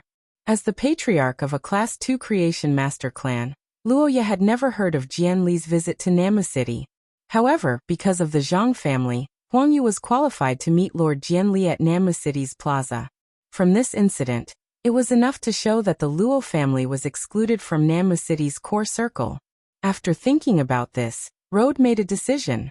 He had to matchmake Luoya and Huang Yu's marriage. At that moment, Luoya was feeling apprehensive. Just like the Radiance Federation, the Divine Wood 100 sequence members were also well-known stars in the Divine Wood Federation. In the eyes of the Divine Wood Federation's spirit chi professionals, every Divine Wood 100 sequence member was like an unreachable star. They were all on the dome and unreachable stars. Any member of the Divine Wood 100 sequence had supreme privileges and authority in the Divine Wood Federation. Since Huang Yu was going over now, it meant that Jianli would arrive at Namu City's plaza within an hour. This was almost overlapping with the time when Lin Yuan arrived at Namu City's plaza. Lin Yuan wouldn't bump into Jianli, right? Every member of the Divine Wood 100 sequence would be protected by an expert arranged by the Divine Wood Imperial Court.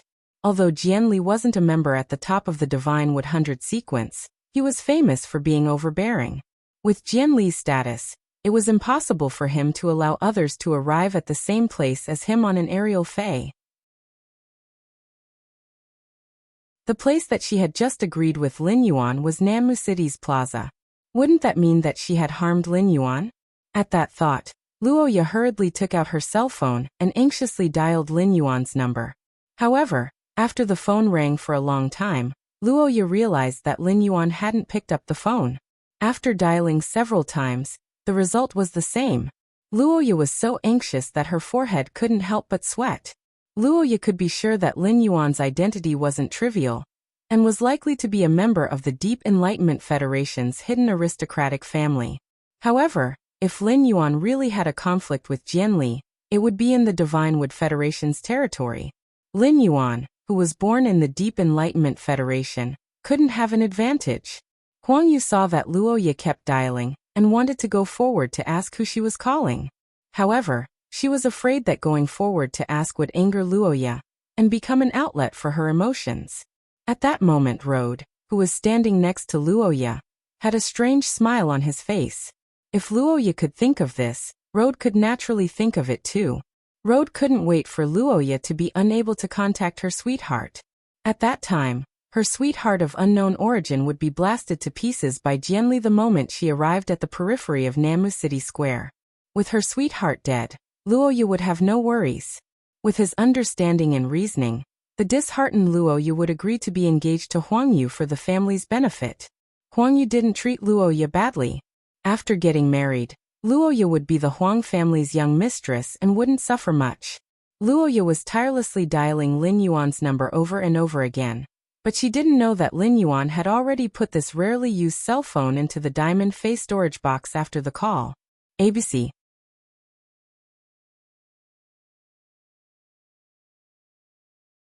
Chapter 1388. Soon, Huang Yu, Luoya, and Road arrived at the Namu Plaza. Seeing the nearby Namu Plaza, Huang Yu quickly said to Road, "Uncle Luo, flying feis are prohibited in front.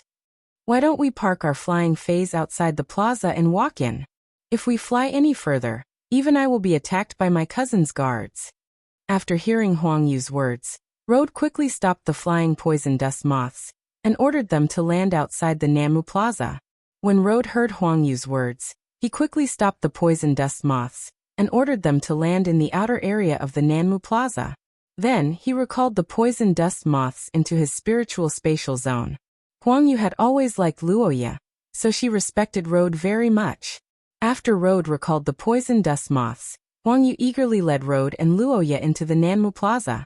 The Namu Plaza was usually the most lively place in Namu City, but it was currently surrounded by a large number of armored guards. It was heavily guarded. The plaza was no longer filled with vendors and spirit chi professionals who were strolling around. Along the way, Huang Yu had been greeting these guards, and they all recognized her. On account of Huang Yu, these guards didn't take the initiative to stop Luoya and Road. They allowed Huang Yu to bring them in. Road's expression didn't look good when he saw the guards' behavior. From the guards' eyes, Road could feel that they respected Huang Yu more than he did. After passing through layers of guards, Road saw a tall man in a green fur coat standing in the middle of the square. This person was Zhang Tong. Zhang Tong was surrounded by the Zhang family's trusted subordinates. There weren't any people from the other Class 2 Creation Master clans, the Meng family and the Li family. This discovery put Rhodes' heart at ease. It seemed like the Luo family wasn't the only one excluded from Namu City's core circle. The other two Creation Master clans, the Meng family and the Li family, couldn't escape the fate of being excluded by the Zhang family either. When Huang Yu saw Zhang Tong, she quickly walked over and shouted, "Big brother Zhang Tong, I thought I was already quite early when I arrived 15 minutes earlier. I didn't expect you to arrive before me." Zhang Tong turned to look at Huang Yu and saw Road and Luoya behind her. Zhang Tong turned to look at Huang Yu and saw Road and Luoya not far behind her. Zhang Tong furrowed his brows slightly. Nama City was only so big, and as Huang Yu's cousin, Zhang Tong naturally knew that Huang Yu liked Luoya. Thus Zhang Tong didn't say anything. Early that morning, Zhang Tong had already arrived at the Namu Plaza to make preparations. Although the Zhang clan was the local tyrant of Namu City, the size and resources of Namu City made it impossible for the Zhang clan to develop further. If he wanted the Zhang family to develop further, he needed to find a breakthrough or a backer.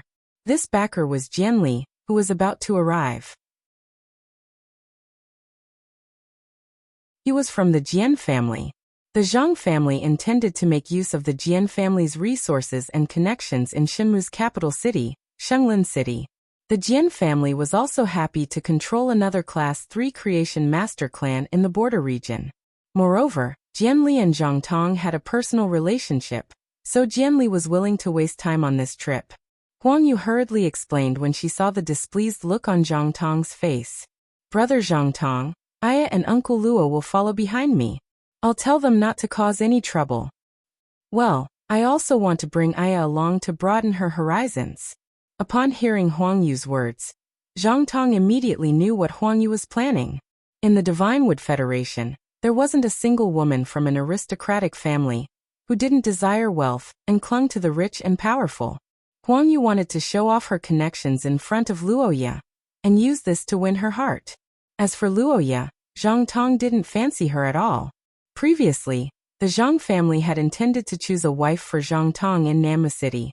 However, all the aristocratic women in Namu City were placed in front of Zhang Tong, and none of them caught his eye.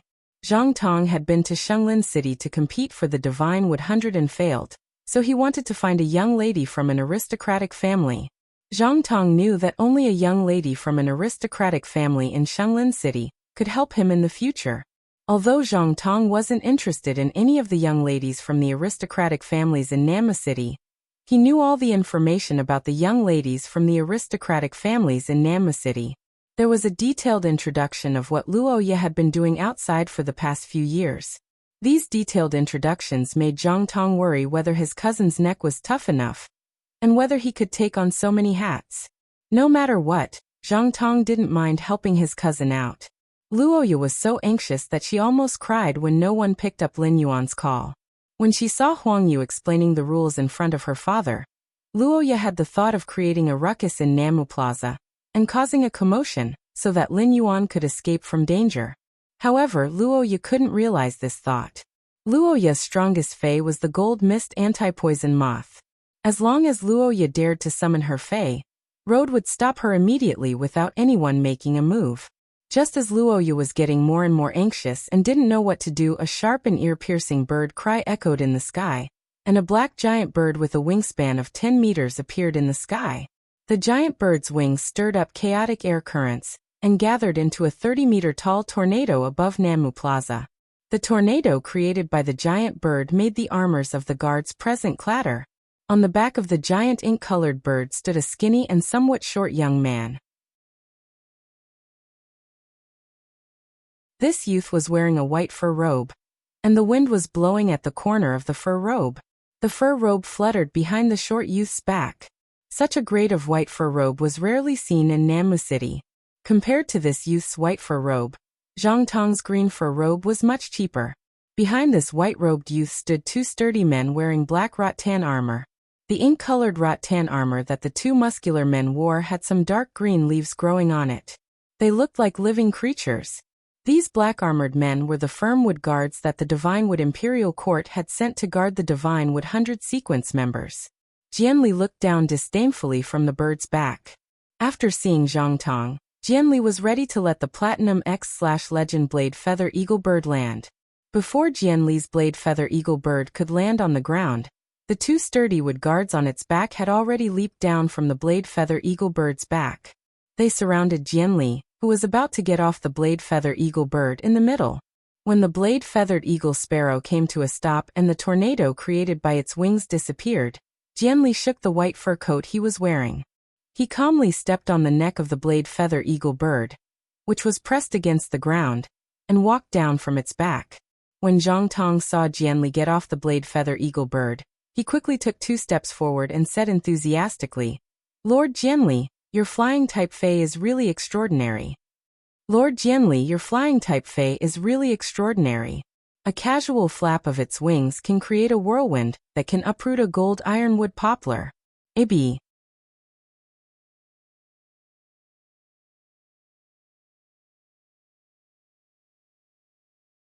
Chapter 1389. The short Jianli patted the Blade Feather Eagle sparrow's beak and said, "This Blade Feather Eagle sparrow is just a flying Fei that I randomly chose from the bird stable at home. It isn't that rare. As for your Zhang family's Platinum/Fantasy breed Corrosive Serpent Flood Dragon, it should be very enjoyable to ride on. Your Zhang family's Platinum/Fantasy breed Rotten Venomous Snake Flood Dragon should be very enjoyable to ride." The Corrosive Serpent Flood Dragon was Zhang Tong's father, and represented the Zhang family's strongest combat power.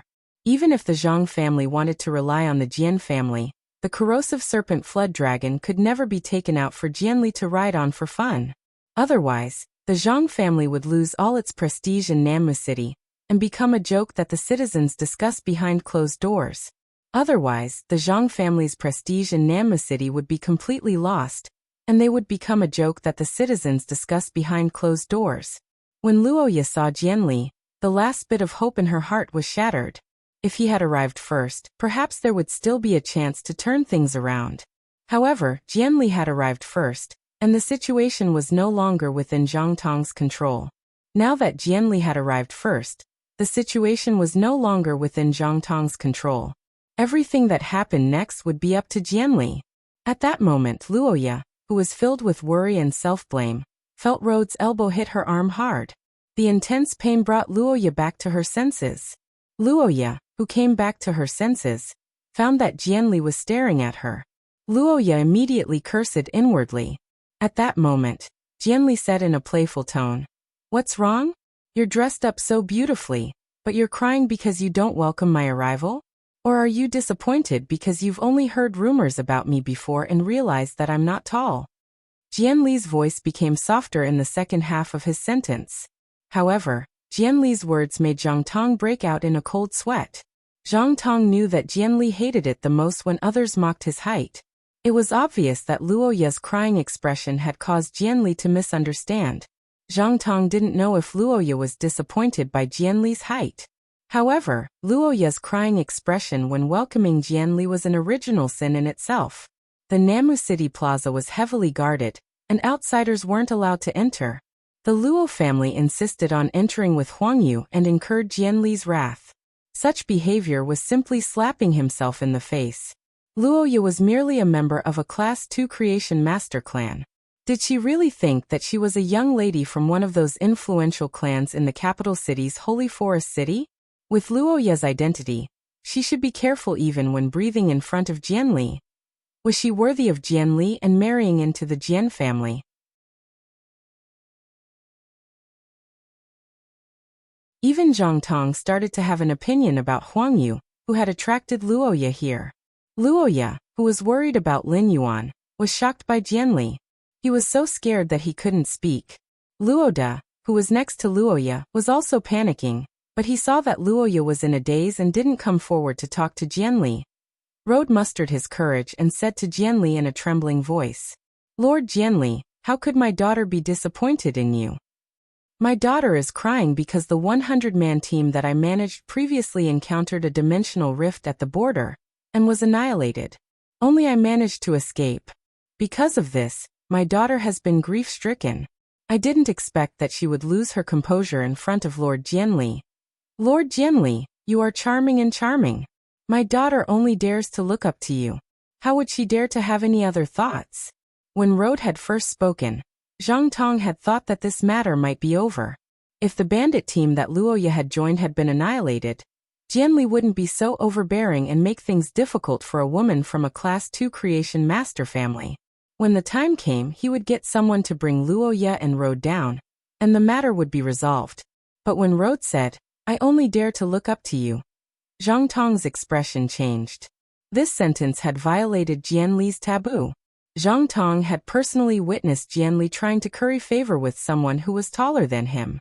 That person had been executed because he had said the words look up to Jianli. Zhang Tong saw that Huang Yu's expression changed, and had the intention to speak up for Luoya. Zhang Tong coughed and looked at Huang Yu with sharp eyes. Huang Yu was worried about Luoya's situation, and felt embarrassed that Luoya had disrupted Zhang Tong's plan. When she saw Zhang Tong's expression, Huang Yu was so frightened that she didn't dare to say anything. Jianli's expression had originally been playful. Now that he heard Rode's words, Jianli's expression turned completely gloomy. Zhang Tong came to Jianli's side and said apologetically, Lord Jianli, they are the Luo family's family head and young lady. If Lord Jianli doesn't want to dirty your hands because of them, I'm willing to help you deal with them immediately. If Lord Jianli does not wish to dirty his hands because of them, I am willing to help Lord Jianli deal with them immediately. After speaking, Zhang Tong whistled with a strange rhythm, and a very high pitch toward the northwest of the plaza. The whistle sounded a little like a snake's hissing. As soon as Zhang Tong blew the whistle, a mighty neigh rang out from the northwest. This snake-like hissing had a hint of prestige that belonged to a WYRM species Fei, a purplish-black, twin-horned Qilin snake that was nearly 25 meters long soared from the distance and flew toward Zhang Tong. While flying, this long snake, which had WYRM species characteristics, hissed repeatedly and flicked out its black tongue that was nearly half a meter long. Its dark purple venomous fangs emitted an eerie chill under the sunlight. Before this giant snake, which obviously had a WYRM species bloodline, arrived at the Namu Plaza, the air was filled with a fishy smell. This purplish-black giant snake was the Zhang family head's main Fei, the corrosive serpent flood dragon. In order to welcome Jianli, the Zhang family head had specially released the corrosive serpent flood dragon. He had also made the corrosive serpent flood dragon listen to Zhang Tong's orders. Accompanied by the Platinum X/Fantasy I corrosive serpent flood dragon's hissing, the blade feather eagle bird's aura suddenly weakened, and it flapped its wings restlessly. It was obviously very afraid of the corrosive serpent flood dragon. Although the blade feather eagle bird and the corrosive serpent flood dragon were both pinnacle platinum Feis, one was a fantasy breed, while the other wasn't an ordinary Fei. However, one was a fantasy breed, while the other wasn't a normal Fei. If they were to compare, it would be equivalent to a major grade difference. Fortunately, the blade feather eagle bird was controlled by 2 ironwood guards. Coupled with the creation master's taming, the blade feather eagle bird didn't go berserk and hurt people or flee in panic. Zhang Tong's words made Rode feel despair, and caused Huang Yu's expression to change. The corrosive serpent flood dragon was entrenched in the Namu Plaza, and was ready to start a massacre at any time. It kept flicking out its black tongue, indicating that the corrosive serpent flood dragon was in a hungry state. Finally, Huang Yu looked at Luoya, and recalled her father's teachings at home. She had no choice but to lower her head. The Huang family was also a Class 2 creation master aristocratic family. If it wasn't for her aunt, she wouldn't be qualified to welcome Jianli here. It wouldn't be of any use if she pleaded for Luoya now. She might even offend Lord Jianli and implicate the entire Huang family. ABC.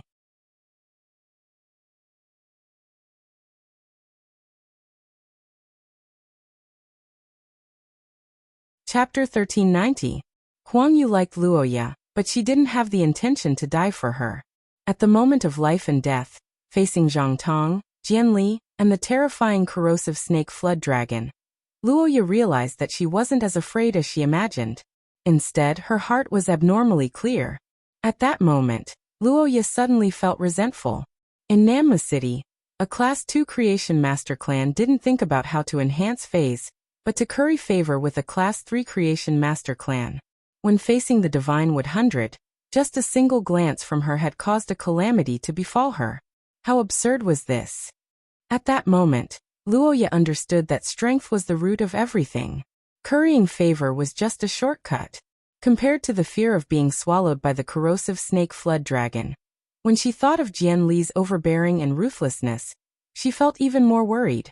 Luoya was increasingly worried about Lin Yuan, who was about to arrive.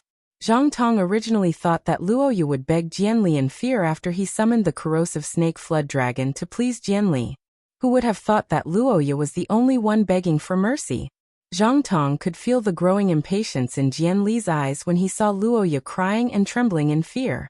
Zhang Tong quickly gave the corrosive snake flood dragon an order. Go.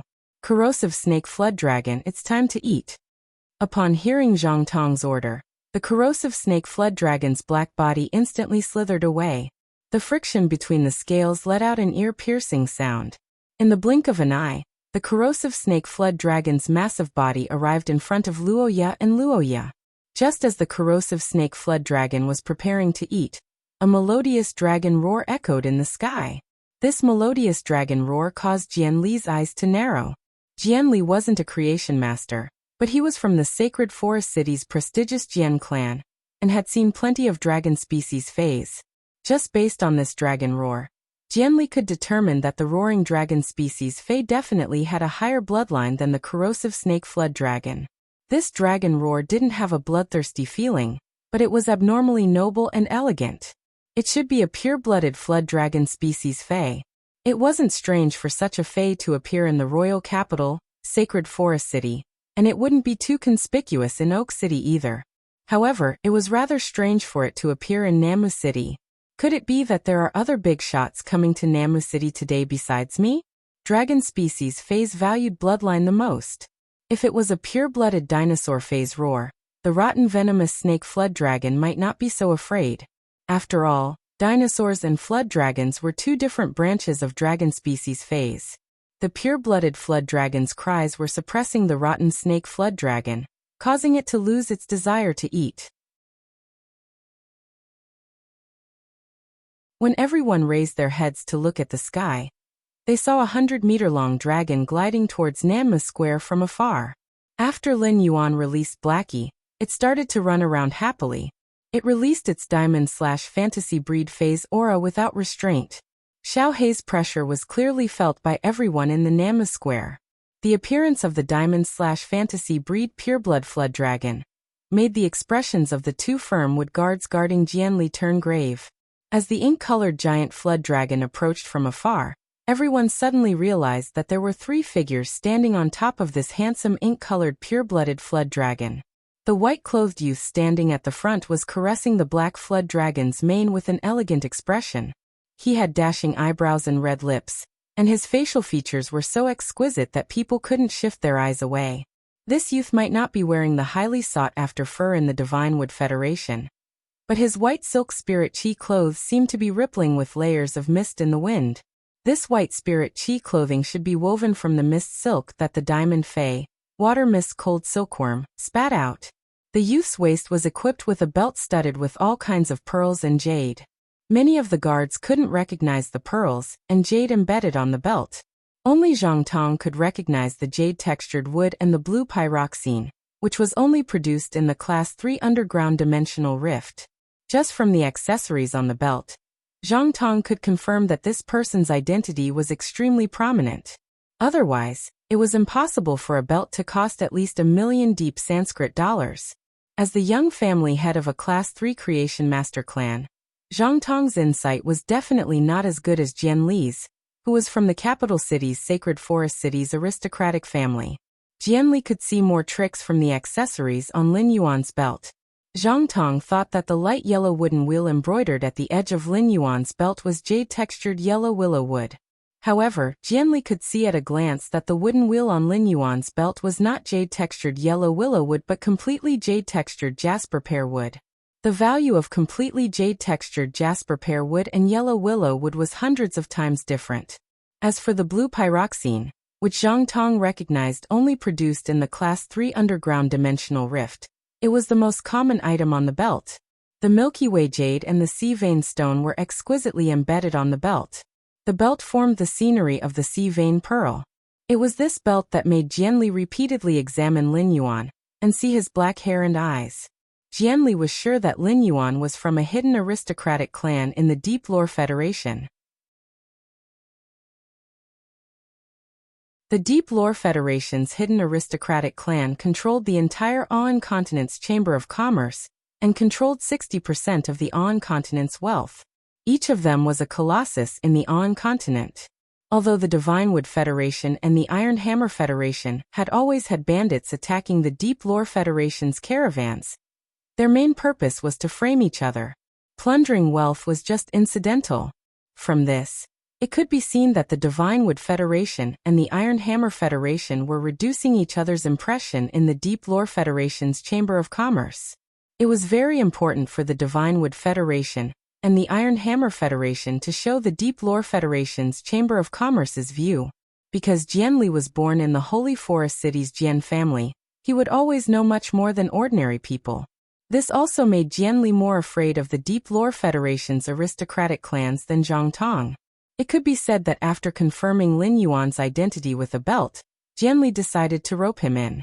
Even if he could not become Lin Yuan's friend after a round of roping, at the very least, he would not become an enemy. When Jianli looked behind Lin Yuan, he saw Lu Jie and Ji Feng behind him. Lu Jie was dressed in black armor, and Ji Feng was dressed in a black robe. Neither of them were wearing fur coats, but Jianli could sense an extraordinary air of nobility coming from them. Lu Jie was a Radiance 100 sequence member and a disciple of the chief guard of the Radiant Spirit Guards. If Lu Jie came to the Divinewood Federation with this identity, the Divinewood Federation would specially hold a reception for him in the Divinewood Royal Court to entertain him. At that time, the Divinewood City's aristocratic clans would fight to the death for an invitation to join the reception. Ji Feng was very down and out when he met Lin Yuan, but he was indeed the young family master of the Whale Ocean Trade's Ocean Sky lineage, one of the 3 top factions. The aristocratic aura accumulated in his youth could not be erased no matter how hard he tried. Jianli could be sure that the 3 people on the Diamond/Fantasy Breed Black Flood Dragon all had extraordinary origins. ABC.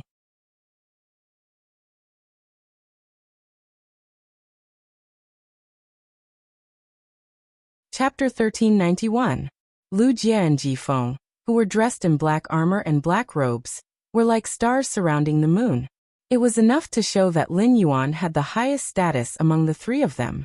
Roha was ready to die calmly, but he heard a dragon roar from the sky. Luoya didn't expect it to be Lin Yuan. After all, Luoya knew too little about Lin Yuan. She only knew that he had a white cat with many tails. When the black flood dragon got close, Luoya's eyes were immediately attracted to Lin Yuan after noticing him. Previously, Luoya had been traveling with Lin Yuan and would secretly size him up 5 or 6 times every minute. Luoya believed that she could see Lin Yuan's appearance very clearly. Although his facial features had not changed, the change in his bone structure made Luoya feel that he was much more handsome than before. It was difficult to conceal the nobility of his temperament. If Lin Yuan had such a temperament back then, no matter how dirty he had smeared his body, he would not have been able to resist. Luoya would not just treat him as a lost member of a small caravan. In the midst of despair, the white-robed youth arrived on a dragon, like a deity. Luoya was mesmerized by the fluttering hair on the forehead of the white-clothed youth. Lin Yuan, who was on Little Black's back, was confused. He didn't understand why Luoya wanted to meet him in such a crowded place. Moreover, most of the people in the Nanma Square were guards. It wasn't as lively as Luoya had described. Why was there a platinum-level purplish-black snake in the square all of a sudden? In a city like Nanma City, such a fae should be a very high-grade fae. Lin Yuan subconsciously used Morbius True Data to check this black snake's attributes. With one look, Lin Yuan could not help but twitch his mouth. This Platinum X/Fantasy Eye Rotten Snake Flood Dragon's low-grade skill and first exclusive skill indicated that it was good at taking the physical route. However, the person who nurtured this corrosive poisonous flood dragon serpent had lured it to develop on the path of poison. He had arbitrarily changed the phase development path, and didn't use pure spirit chi to guide it. This meant that the corrosive venomous flood dragon might never have the chance to evolve its bloodline again. When poison-type Fays were at silver, gold, and platinum, they indeed had combat power that far surpassed other Fays of the other elements. But if he went further up, the poison-type Fays would be of little value. When they arrived at Nanmu City, Lin Yuan patted Little Black's dragon horn and said, "Little Black, let's go to Nanmu City." "Little Black, don't disturb the people. Restrain your aura when you're in the city." Lin Yuan's action of touching the little black dragon's horn almost caused it to go limp and fall from the sky. Previously, he had touched Blackie's dragon horn, which was the most sensitive part of a flood dragon Fae. Blackie was very vexed. It had clearly told Lin Yuan not to touch the corners, so why was Lin Yuan touching them now? However, Blackie was not averse to Lin Yuan touching its dragon horn. Therefore, Blackie stopped reminding Lin Yuan, and obediently listened to him. He retracted his aura. Xiao He withdrew the aura of a pure-blooded flood dragon, and the rotten venomous flood dragon on the ground was immediately freed from its state of fear. The corrosive poisonous flood dragon still remembered Zhang Tong's instructions. The snake immediately opened its mouth and attacked Roha. Compared to Roha was obviously more delicious. Therefore, the corrosive poisonous flood dragon decided to start with Luoya. This scene made Lin Yuan frown abruptly, and he immediately ordered Blackie, "Blackie, don't be afraid. Blackie, use spirit purity burst to stop this corrosive poisonous flood dragon." When Blackie heard Lin Yuan's order, it immediately swung its tail, and a black scale fell off the tip of its tail. Then, a ball of pure spiritual energy surged out of Little Black's body. After attaching this ball of pure spiritual energy to the black scales, Little Black flicked its tail. Blackie swung its tail and ruthlessly whipped the black scale. Just as the corrosive poisonous flood dragon was about to bite Roha, the black scale blasted on the corrosive poisonous flood dragon's body. It blasted a huge hole on the corrosive poisonous flood dragon's coiled body. Under the intense pain, the corrosive poisonous flood dragon raised its head and let out a painful hiss. Lin Yuan nodded with satisfaction when he saw Blackie's exclusive skill, Spirit Purity Burst. As an exclusive skill that Blackie had comprehended when it evolved into a fantasy breed, Blackie was naturally able to use it.